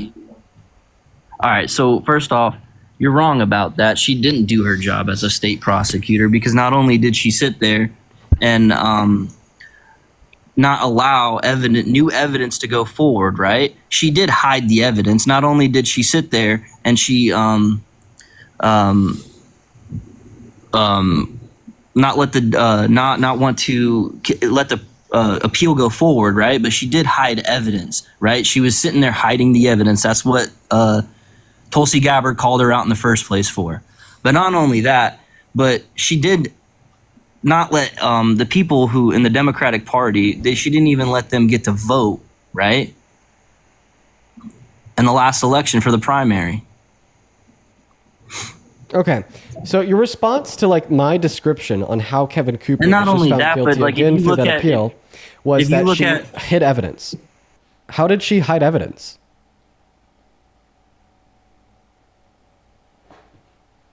Are you going to keep muting me or are you going to let me talk? Like, you don't have to keep muting me. I'll just stop talking when you talk. You love that mute button. I just want you to respond. How did she hide Kevin Cooper's evidence? I wasn't talking about Kevin Cooper exactly. This is the person that you're talking about. If you're not talking about No, Kevin no. Cooper, then who Okay, was it? is that the only person she prosecuted on death row? This was the only individual that she Is this attempted to was the prevent only? appeal from. Yes, no, this, she didn't. This is the only individual that she's This is not attempted the to only prevent person an that appeal she- from on death row. Yeah. From death row. Okay, did I say appeal or did I say hide evidence? You said Which one hide did I evidence say? in an appeal. Okay, no, I didn't. You Okay. said appeal. You brought that case up. Okay, so she hid evidence from somebody that's just Yes. really being put on Yes, death she row. did. So then, they yeah. wouldn't be on death row. They wouldn't be on death row. You're because the they one weren't that found brought guilty up yet. death row, Dean. You're the one that brought that up. I said it would have stopped a person from getting convicted of a crime. That's what I said. I never said anything about death row. Okay, you're so the then- one that so brought then- that up. So then, who are you talking about? I forgot his name, but Okay, not well then you're only gonna need that- to know that. No, because then you're just saying words. You can't just speak words into existence and think that they're The true. moment you start muting, you stop running. if you have no fucking clue who you're talking about, if you have no information Dean, I'm about the not gonna scenario, take no off my information about the phone. prosecution, right? You're I gonna need to do. give me that information. Tell me more about this Okay. case. The fact that she sat there too, not only did she sit there and put thousands of people in jail for marijuana when she herself said she smoked weed. Well, now I gotta kick you for saying the name of the M drug, but holy pivot, my friend, you just broke my neck. Oh my God. Dude. Yo, we are going on 2 hours strong now in these debates. And let me tell you, I'm feeling good. I'm feeling really, really good, chat. But these Trump supporters today are something else. Every single one of them. They can't debate. They can't prove shit. Oh, they're like, what about dude, they're literally just trying to like throw shit at the wall to see what sticks. Have you guys noticed that trend? The trend of the people that we debate, they pick literal human feces off of the ground, they throw it at me, and they see how fast I could clean it up. And if I clean it up really fast, then they just pick up more shit and throw it at me. If I clean that up, they pick more shit up and they throw it at me. And then before I know it, they're just slinging all this shit at me. And then I'm like, well, let's just go point by point. They're like, Dean, you're running from the shit. Meanwhile, I'm over here smelling stinky as fuck because I'm standing knee deep in manure. Let's going to move on to the next guest. Hop in that queue. If you support Trump, we'll happily get you loaded up onto that stream. We're going to go to get that next guest connected. We got JG Skits loading in. Shin, thank you for the $20 super chat. I really appreciate you for the love. Thank you so much. The U.S. House Oversight Committee just broke the Epstein egg, and it's on both sides. If you're a victim, know or have info, don't call the DOJ. I'm going to look into that, Shin. Did something big just come out about Epstein? I'll have to check that out. As well as Kai, thank you for the $21, saying she did her job in an opposing appeal. The prosecution directly addressed the specific legal issues raised by the defense. Their arguments aim to show that no legal error occurred or that any error was harmless. Yup. Thank you for the $21, Kai. Show some love to Kai and show some love to Shin down below in that comment section. And I will go ahead and check out what just broke on Epstein. What's going on? Do you support Trump? Yo, can you hear me?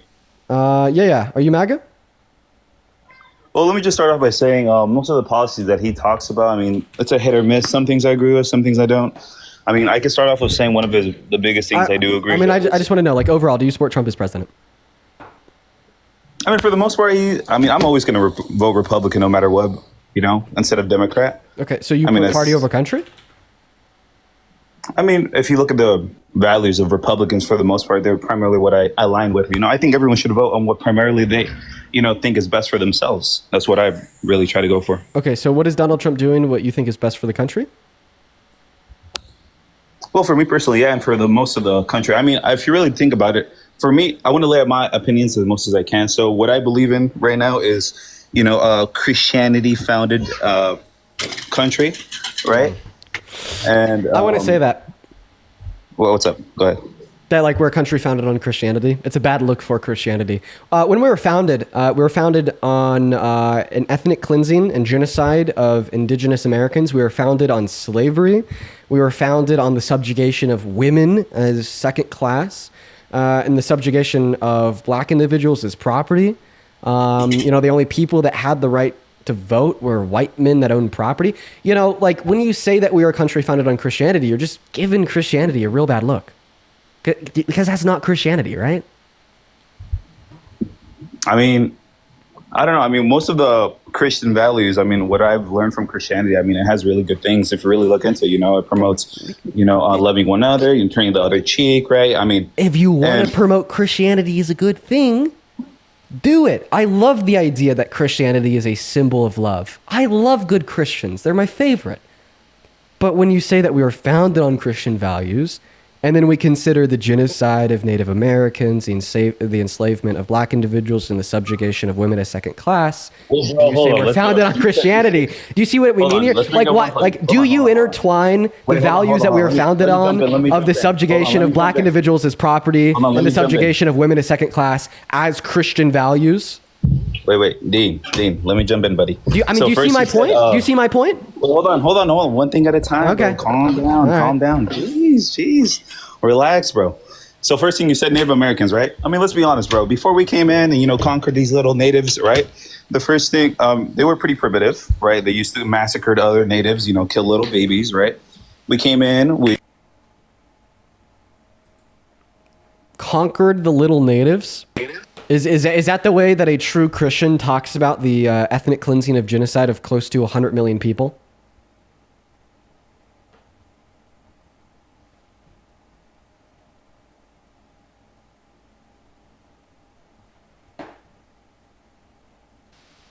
Hey, can you hear me? Yeah, is that the way like a true good Christian talks about the ethnic cleansing and genocide of 100 million people? Why'd you mute me? What the hell? Because I wanted to make sure that my question could be inserted here. Can you answer mine? The question is that the way a true good Christian talks about the ethnic cleansing and genocide of 100 million people? I mean, bro, this is America. It's freedom of speech, right? You can say whatever you want. I mean, whether you face repercussions for that, it's on you. I mean, you choose, you can speak however you want, but at the end of the day, I mean, this is still America. So, I mean, but as far as your question goes regarding Christian, you're not answering the question here. Values, is that how a Christian acts? I mean, I guess you could argue that, right? I mean, but at the end of the day, I mean, tell me. Just being honest, right? Is that truly the way? No, answer my question. Is that truly a way that a benevolent, doing what Jesus would do, good faith Christian would refer to the ethnic cleansing and genocide of 100 million people?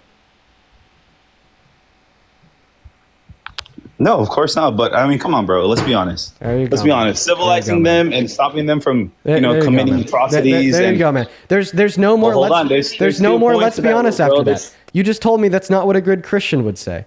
So now you're not just arguing against me. You're arguing against your God. Every single word that's about to come out of your mouth, following your concession that's not the way a good Christian would think, is not merely arguing against Dean, it's arguing against your God. Because you just affirmed that your God, the perfect, all-benevolent, all-knowing, all-powerful creator of the universe, disagrees with this shit.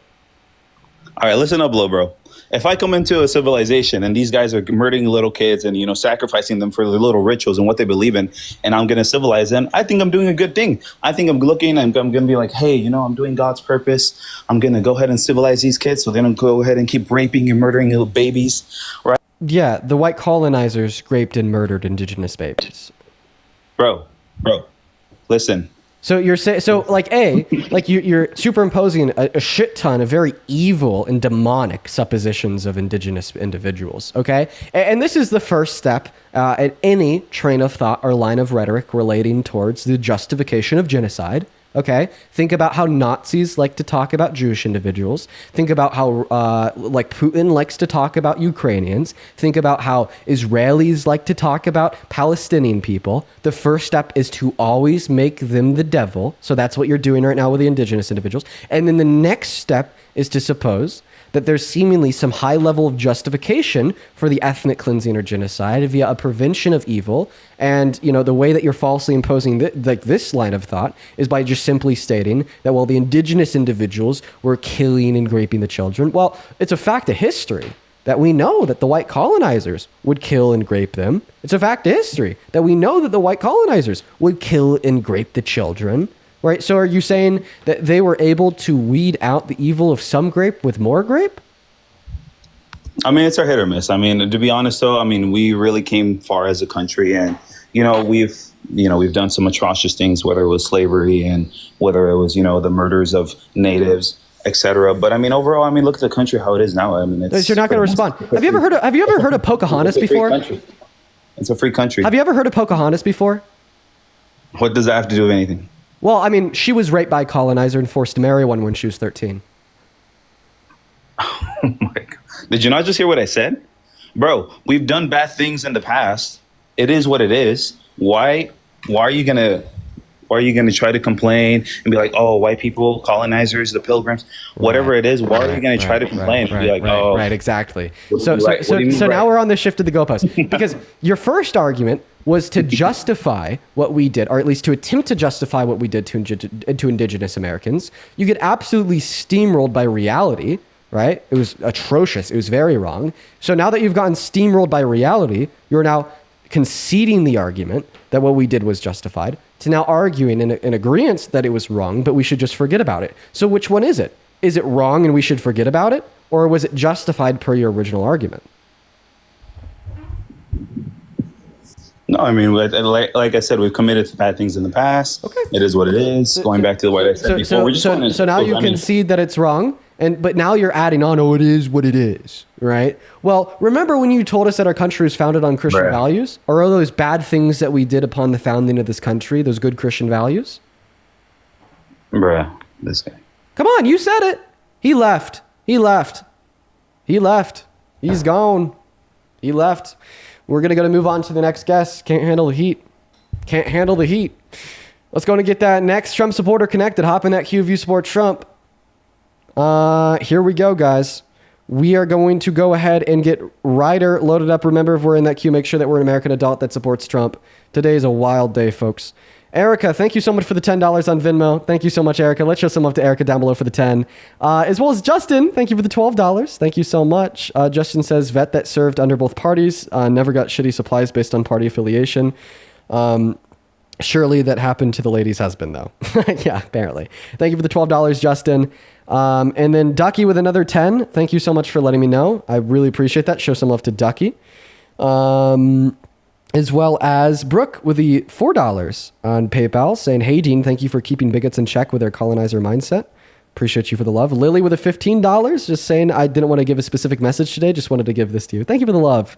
As well as Jay. Oh my goodness, Jay. Thank you so very much for the $125 donation over on PayPal. That is so kind of you. Thank you, Jay. Let's get 1,000 JWs. Thank you so much. Jay with a $125 donation says, this is just for the hell of it. An after birthday bucket of love, dude. By the way, apologize for using PayPal. I cannot use Venmo and I refuse to use YouTube. It's okay, Jay. Yeah, my PayPal account is still like kind of in limbo. I still don't have access. Like I can't withdraw any of it. And hopefully I'll inevitably get that access back. I'm working with PayPal. I got another email this morning saying that they're even closer to getting my account like fully unsuspended. I'm just really hoping that at the end of the day, that is what happens. They told me it is. I guess, we'll have to wait and see. It's supposed to be unsuspended sometime today. But let's go and get that next Trump supporter loaded in, guys. Show some love to Jay down below. That is Jay. And we're going to get that next guest up here. What's up, Jacob? Do you support Trump? Okay, Jacob is not here. In fact, Fuck you. Banned. In fact, yeah, I remember Jacob. We got them banned. We're going to move on to the next guest right now. Hop in that queue of your MAGA. So right now we have 12.6 thousand people hanging out with us in the TikTok stream for the day. What if I told you guys there's only 41 people in the queue? And what if I told you out of the 41 people in the queue, I'd assume 35% are children, 35% are liberals, 15% are AFK, and maybe a handful of people are legitimate Trump supporters. Meaning that out of a crowd of over 12,000 people, there's maybe like 3 people that want to join right now that actually support Trump and are down and willing to debate. What's up, Jackson? Are you MAGA? Sorry, I just wanted to get into the live. Okay, so he's a part of the 35% that are children. Let's see if Trey is coming up here. See, like, guys, there's 41 people in the queue. I got to find like the 3 of them that are American adults that actually want to debate. Also, shows how scared MAGA is. All right, we got Trey loading in. Okay, Trey's not there. Guys, go ahead and put a MAGA with your age down below in that comment section if you want to come up and debate. Nicole Lee, we're going to get you up here. Nicole Lee, please only accept this invitation if you're a MAGA adult that's down to debate. In the meantime, AJ, thank you for the $10 on Venmo. AJ says, thank you for being strong and pushing for the acknowledgement of Indigenous history. Signed, an Apache. Well, thank you so much for the love, AJ. Let's get 100 AJWs down below. Once again, if you want to support me, you can find my Venmo in the link tree in my bio.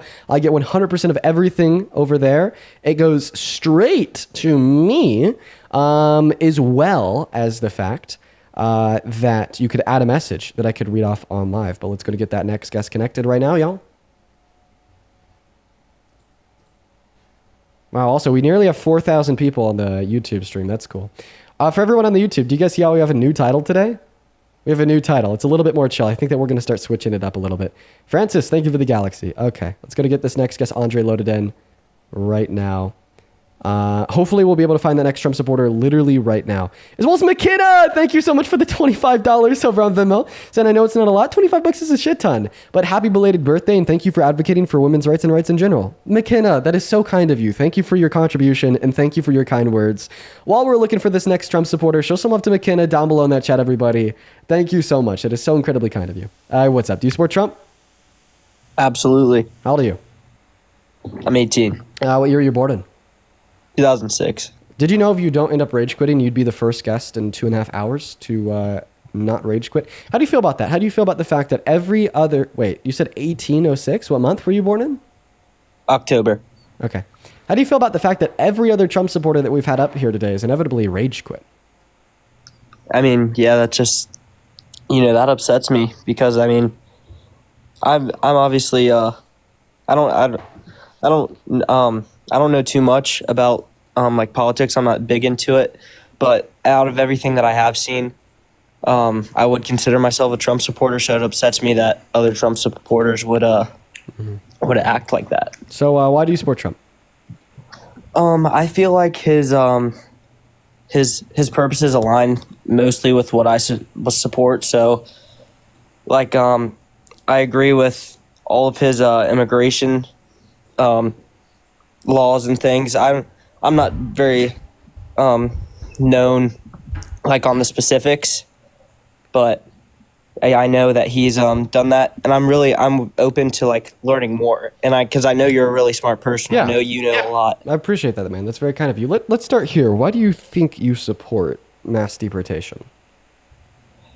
I mean, because it's illegal to come to our country. It is. It's a misdemeanor.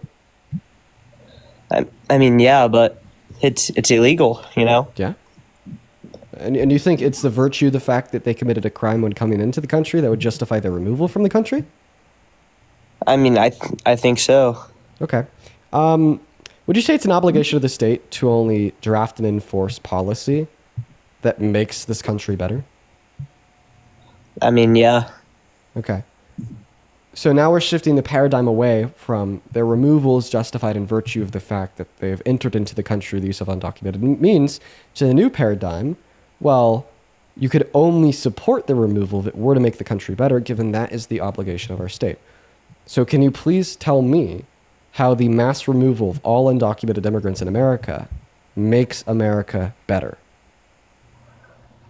The thing is, it doesn't even necessarily have to make things better. I think it's just the fact that it's illegal.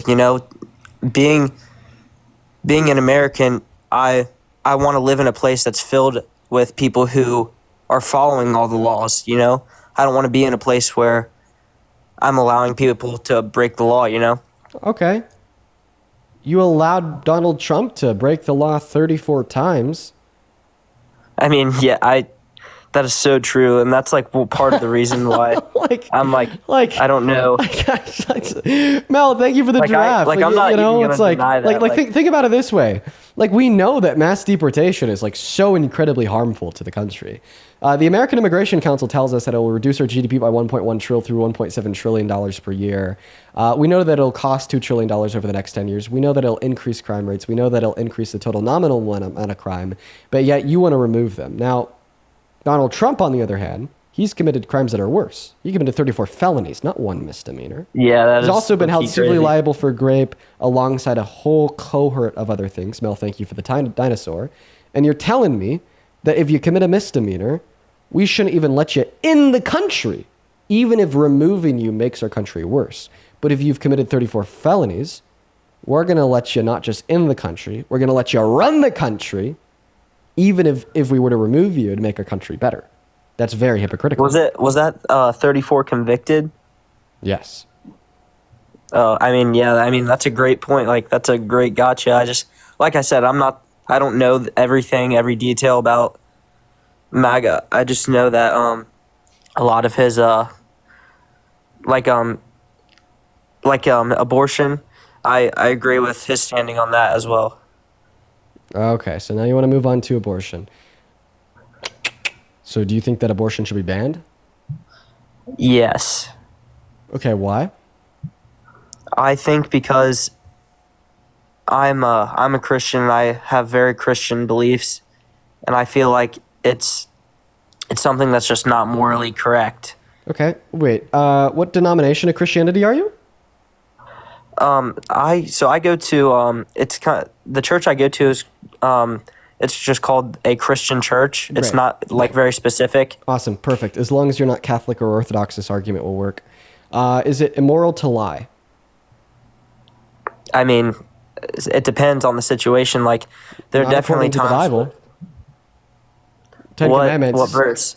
Exodus 23, 10 Commandments says bearing false witness is wrong. Bearing false witness is lying. I mean, yeah, I guess. Yeah, you got me. So in accordance with the 10 Commandments, it'd be like wrong for me to tell my children that Santa Claus exists. That's a lie. Do you think that should be illegal because it's wrong? Well, I think you also have to know the context of the 10 Commandments. The 10 Commandments arose because of people were worshiping false gods, So I think that if you're bending the truth in good faith and you're just being a good sport, that it's not necessarily a sin. Is that according to you or the Bible? So that's really according to me, but okay. Wait. You're a Christian, though. So under the Christian worldview, who's the standard of morality? You or God? Well, so that I'll get to your point, but like my just pastor get to it right now, like who's like the standard of morality? You or God? I mean, God is definitely I try and base my life off of him. Okay, so because your God is the standard of prescriptive moral truths, and you are not, just because you think something is moral or moral, doesn't mean that it's actually moral or moral, as what is actually moral or immoral would be found via God's word. Where do we find God's word? In the Bible. Meaning the Bible is the only place that we can look towards to indicate if something is wrong or not wrong, a sin or not a sin. So other words, when you tell us that sometimes it's not a sin to lie, where in the Bible do we read that? It's an interpretation. It's how you interpret it. So what verse are you interpreting even to yield the conclusion that it's not always wrong to lie? I don't have it on me, but okay. Then our conversation won't get any further because I don't think it exists. I mean, I'm sure you're right, but morally, so then the conversation is dead. You can't just superimpose moral claims on your religion. You can't do that. Like, this is an inoperable endpoint.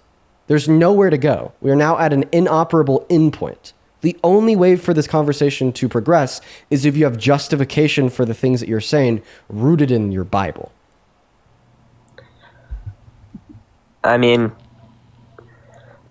can we just get back to the abortion standpoint? Well, yeah, the abortion standpoint is that in accordance with the Christian faith, there's no clear distinction to argue that one sin is worse than any other sin. One sin is lying, meaning that there's no clear distinction in between the wrongness of lying and getting an abortion. And if you think that getting an abortion should be illegal because of how wrong it is, you'd be logically forced into saying that therefore you think that lying to your child and telling them that Santa Claus exists should be illegal because of how wrong it is in the eyes of God. But you do not yield that conclusion, meaning that you're contradicting your moral standard. And if you have a contradictory moral standard, then you can't yield any definitive claim, such as the idea that you can somehow logically support banning abortion. Well, one of the things that God also says is to follow your wherever you're at, like the laws. So he literally says follow the laws of your mankind, and it's not based on the laws of the United States. It's not illegal to lie. Okay, just like it's not illegal to get an abortion in Colorado. So is abortion not wrong in Colorado? I think just like there are misdemeanors and felonies, I think that abortion is worse than lying. Would you agree? You have no argument for that. Give me an argument from the Bible to conclude that abortion is worse than lying. It doesn't cover that. I mean, the Bible doesn't specifically talk about abortions. Okay, so then you don't have an argument. If you don't have an argument from the Bible, then you don't have an argument at all, since you think the Bible is the standard of morality. I mean, it's as simple as that. When you're a Christian, you accept that morality is objective and singularly consequential, that of God. So if you are not relaying, right, truths of the moral law, singularly consequential of God, then you don't have an argument. I mean, yeah, I completely agree with you. Like, whenever I am reading the Bible or I'm doing small group, I focus more on like the Jesus standpoint. I don't try and tie it with my political beliefs. Well, that's what you're doing right now. You're saying that you support Donald Trump's abortion policy because of the Jesus standpoint. Yeah. But even in that, you don't have a coherent position. Yeah, I know. Because that's why I said typically I'm not focused on my political views, but I'm trying to that's like I said at the beginning, I'm not the smartest when it comes to this topic, Yeah. That's why I'm open to interpretation. Cool. Everybody in the chat is spamming 26th reposts. What is your 26th repost? I really don't know. Let's take a look. It's a picture of barbecued. It says, "This and a racist brunette." Do you think Jesus would want you to be with a racist brunette?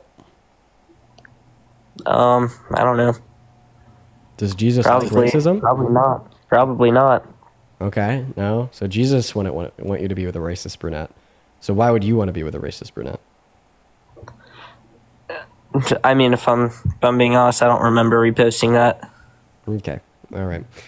Well, racism is bad, Jonah. I hope you have a good rest of your day. We're going to go and load up that next guest, Andre. Ah, man. What's up? Do you support Trump? Yes, I do. How old are you? 18. Okay, great. What year are you born in? 2007. Awesome. Let me thank a couple people real quick. Sky, thank you so much for the $20 over on Venmo. Let's get 200 Sky W's down below. The Bible does talk about abortion in Numbers. It says an unlawful wife will drink a drink that will cause her to miscarry. Yeah, Numbers specifically allows abortions for wives that get pregnant from somebody other than their husband. Yeah. Ezekiel, thank you so much for the $10 on Venmo saying happy late birthday. Thank you, man. Show some love to Ezekiel and Sky down below. Then also Libby with the $20 saying if you don't know how to prep and handle the heat, stay out of Dean's kitchen. I appreciate you for the $20, Libby. Show some love to all of our donors down below. Once again, if you want to support me, you can find my Venmo and my PayPal in the link tree in my bio. Take it away. Why do you support Trump? I support Trump because I think he's better than Kamala. So why do you think your country would be worse off today if Harris was elected in November? Well, I think Trump's strategic relationships, I think, would better off the safety of the entire world. What strategic relationships?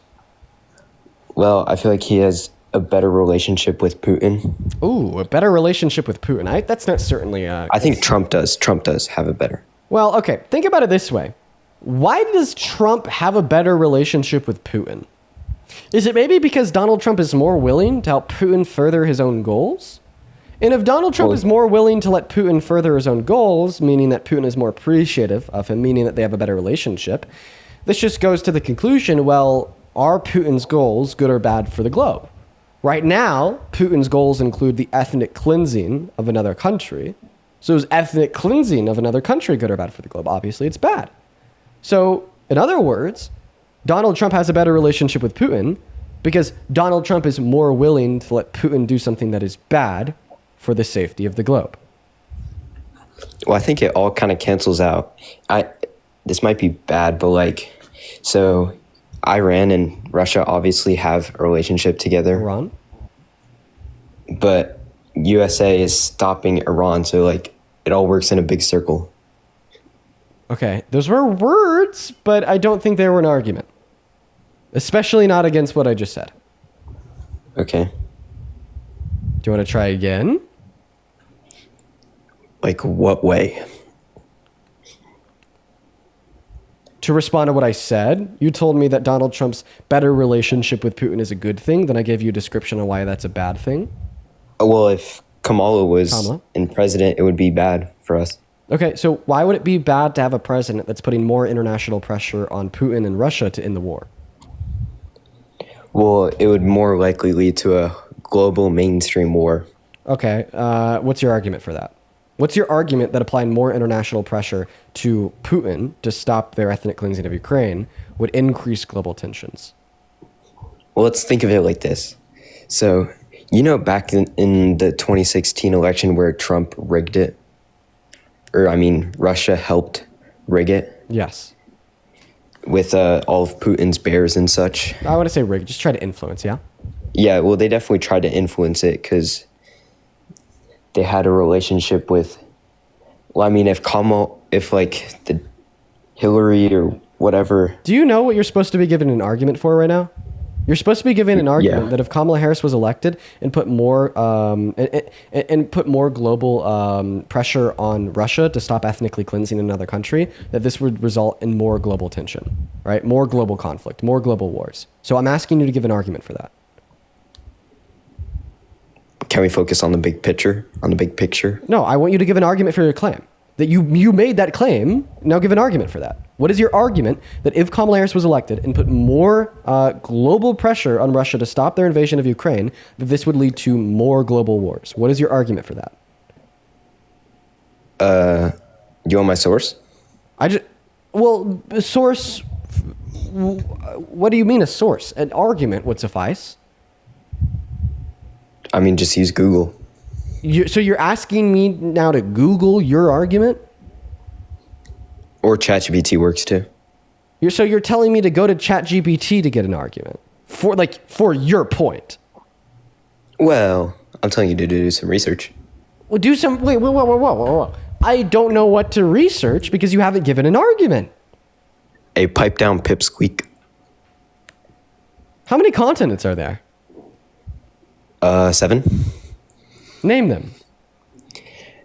Africa, North America, South America, Asia, Europe, Antarctica, Australia. Okay, you know the 7 continents. So you should know if you make a claim, you have to be able to give an argument for it. Well, what about Kamala?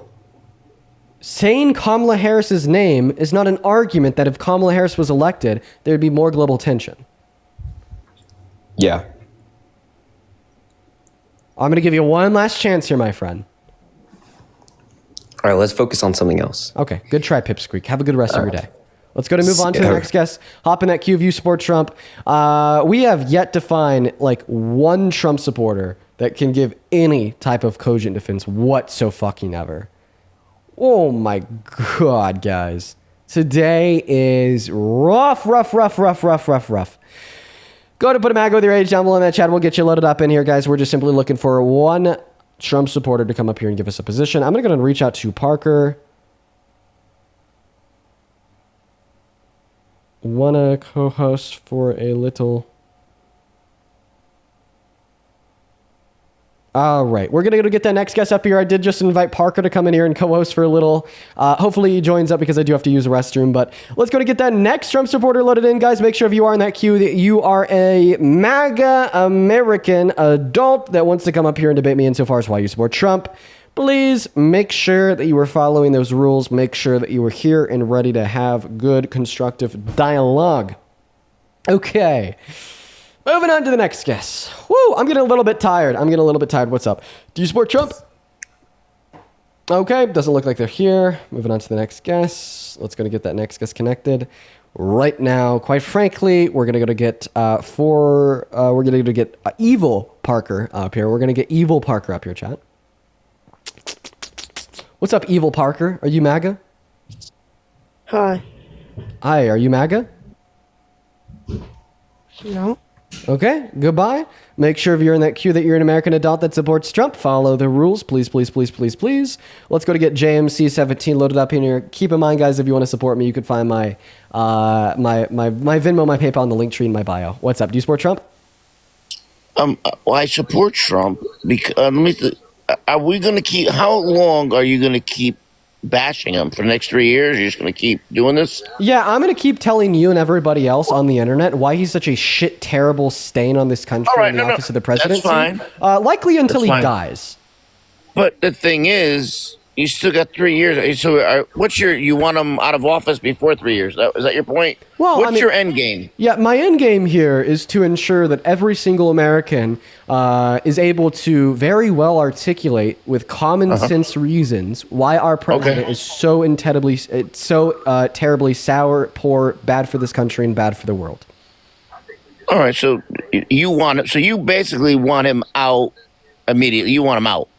Well, I mean, I don't know if I'll be able to, like, idealistically, sure. If I was dictator of the world, if I was literally God, my goal would be to get him out of office. But my more realistic goal is just to, like, increase social support and awareness. And you do around the that. fact You he's a do terrible that. president. You do that. Don't get me wrong. You do.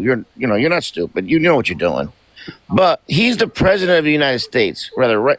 Don't you think we should support him as the president, or you're just totally against that? No, I think that it's okay to support the office of the presidency. But supporting the office of the presidency doesn't mean that you have to support who's in the office of the presidency. In fact, I understand. Like blindly supporting the office of the presidency actually just gives us more reason to not support Trump, since he's putting such a stain on it by doing such evil things with it. Now, I'm going to do Biden next. Did you support Biden? Did I? Yeah. I didn't think Biden was terrible. No, I don't. I didn't think he was terrible. Wait, what about Bush? What about Obama? I liked Obama. I didn't really care for Bush. Oh, but you got to support the president. Well, why not? Like you said, the office at the very least, correct? There you go. So yeah, no, just it's not a good argument to say that we should support Trump because Trump is president. It's In not fact, an we should be argument. even more critical of him. And the reason we should be more critical of him is because with power comes great responsibility, and respect is not basically given, but rather earned by those with great responsibility and power. So you don't think he earned any respect at all? No, because I don't think that he's been doing many good things with the presidency. Tell me how he has earned your respect by detailing to me why he's doing a good job as a president. Well, really, what he did when he ran and what he's doing now, he kind of, I'm not going to say he didn't lie. He did. Bunch of lies. That's so true. So true. And he did. But what am I supposed to do now? Stop supporting him. Okay, and then what? And then advocate for those around you to also stop supporting him. And where's that going to get us, though? Hopefully to a point where there's a bunch of social pressure on him, so he'll stop doing the bad things he is. Are you hoping other Republicans... Or like that'll get us to the midterms? Okay, so you're hoping other Republicans say, look, this guy is not what we thought, and turn against him also? Yeah, the most realistic goal is that the Dems just dominate in the midterms. Okay, but you need some Republicans to go against them also, no? Right, which is why I talk to people like you all day. Well, not like me. I'm not totally against you. Right. I'm just trying to have a conversation. That wasn't supposed to be vindictive. I'm just saying, like, talk to people I like you, like understand. I'm just Republicans. saying, where do we go from here? Like, this is a conversation. Where do we go from here? What do you see happening? I don't think, realistically, do you think we're going to get him out before his term is up? Realistically? Really? Well, I think that the time I'd like to offer on the sidebar is up. The purpose of this live is to talk to people that support Trump and ask why. Do you feel like telling us why you think that Trump is a good president? I mean, I think he's doing the best he could do, or what he thinks he's. I mean, he's not doing everything he said he was going to do. But then he's not doing the best he could do. And I don't disagree with you, but what do we do, and where do we go from here? You told me 30 seconds ago that he's doing the best he could do. Did you not mean to say that? No, well, so if we got screwed and he told us a bunch of lies and people voted for him, where do you want to go from here? Okay, fine. You are not engaging in the argument.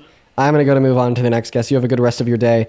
Let's go and get that next guest connected right now, folks. Everyone, just give us a minute. We got that next guest connecting right now.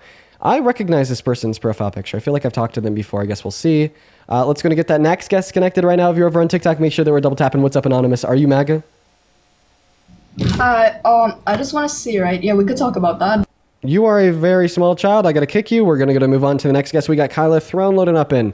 Parker's busy. I'm going to go and shoot a message to Santana. Thanks, man. What's up? How old are you?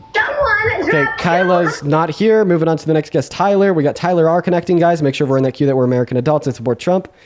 Would you mind covering me quickly while I use the restroom if you're free? Hey, what's up? Do you support Trump? Dean, I love you. Band, moving on to the next guest. Let's go ahead and get that next guest connected. We got Julie connected into the stream. Also, if you're ever on YouTube, make sure to like that live, guys. Make sure to like that live. What's up? Are you MAGA? No. Band, moving on to the next guest. Here we go. We got Dixon loading up. Let's see here. Yo, Echo, thank you for the $1 on Venmo. It's very kind of you, Echo.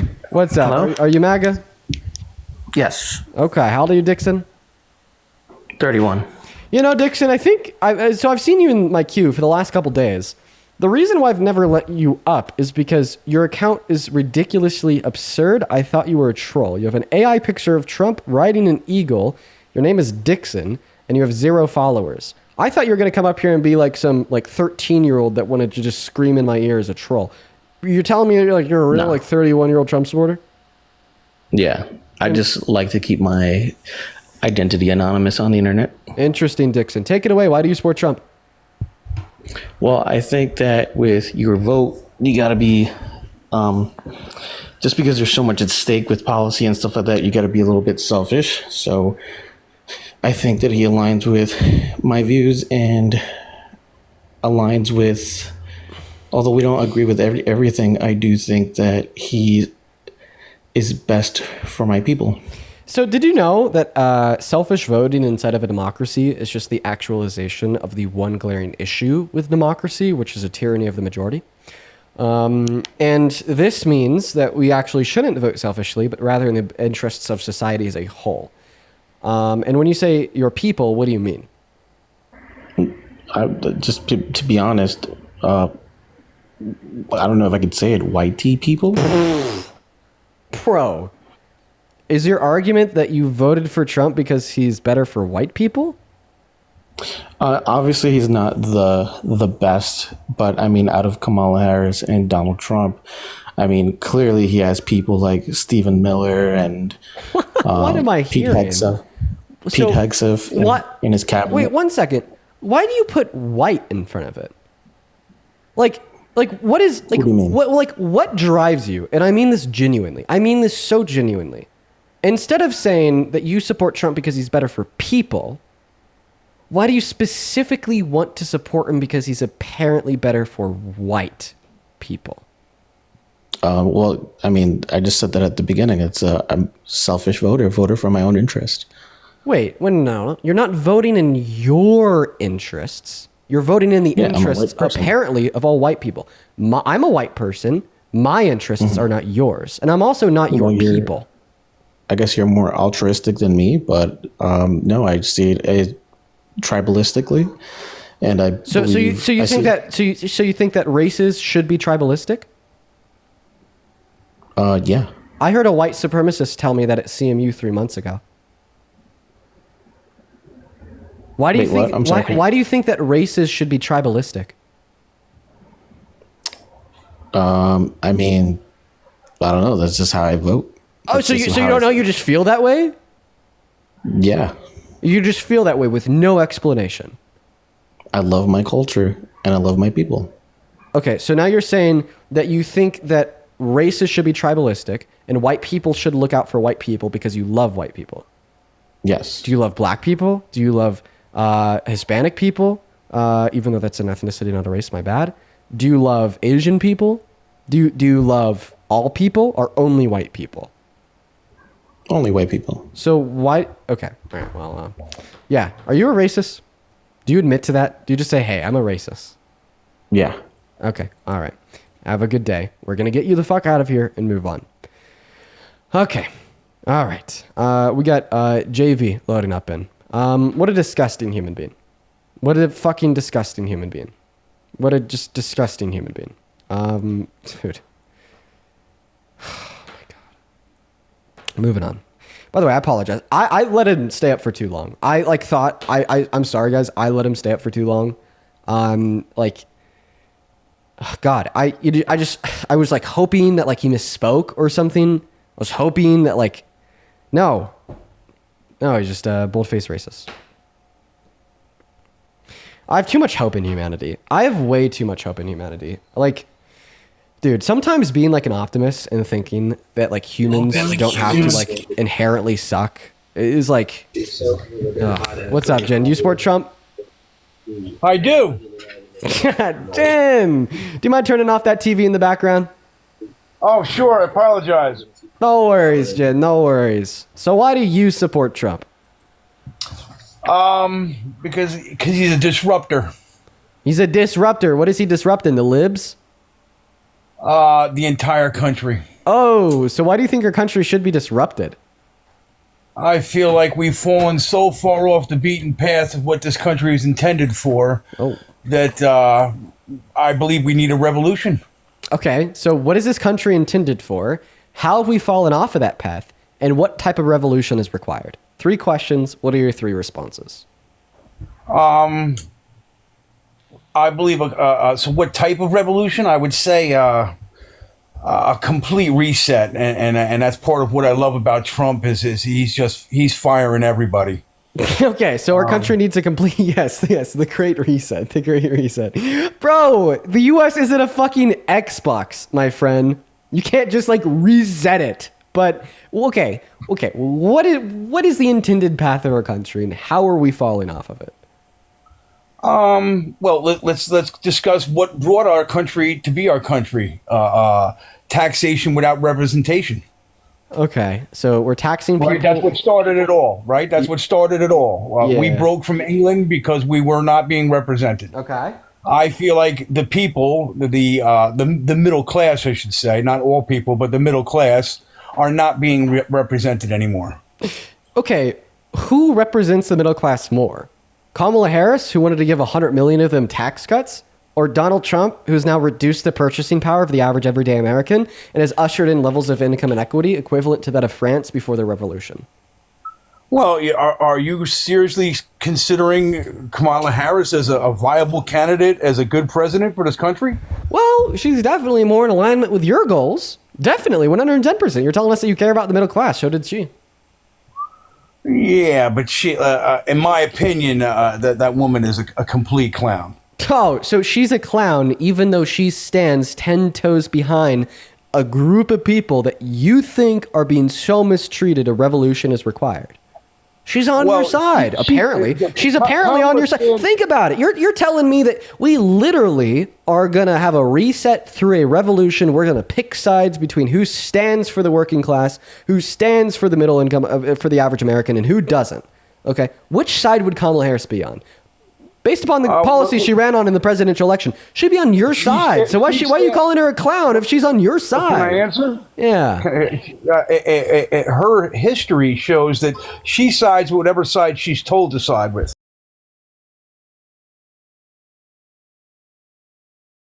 Whatever side she's told to side with.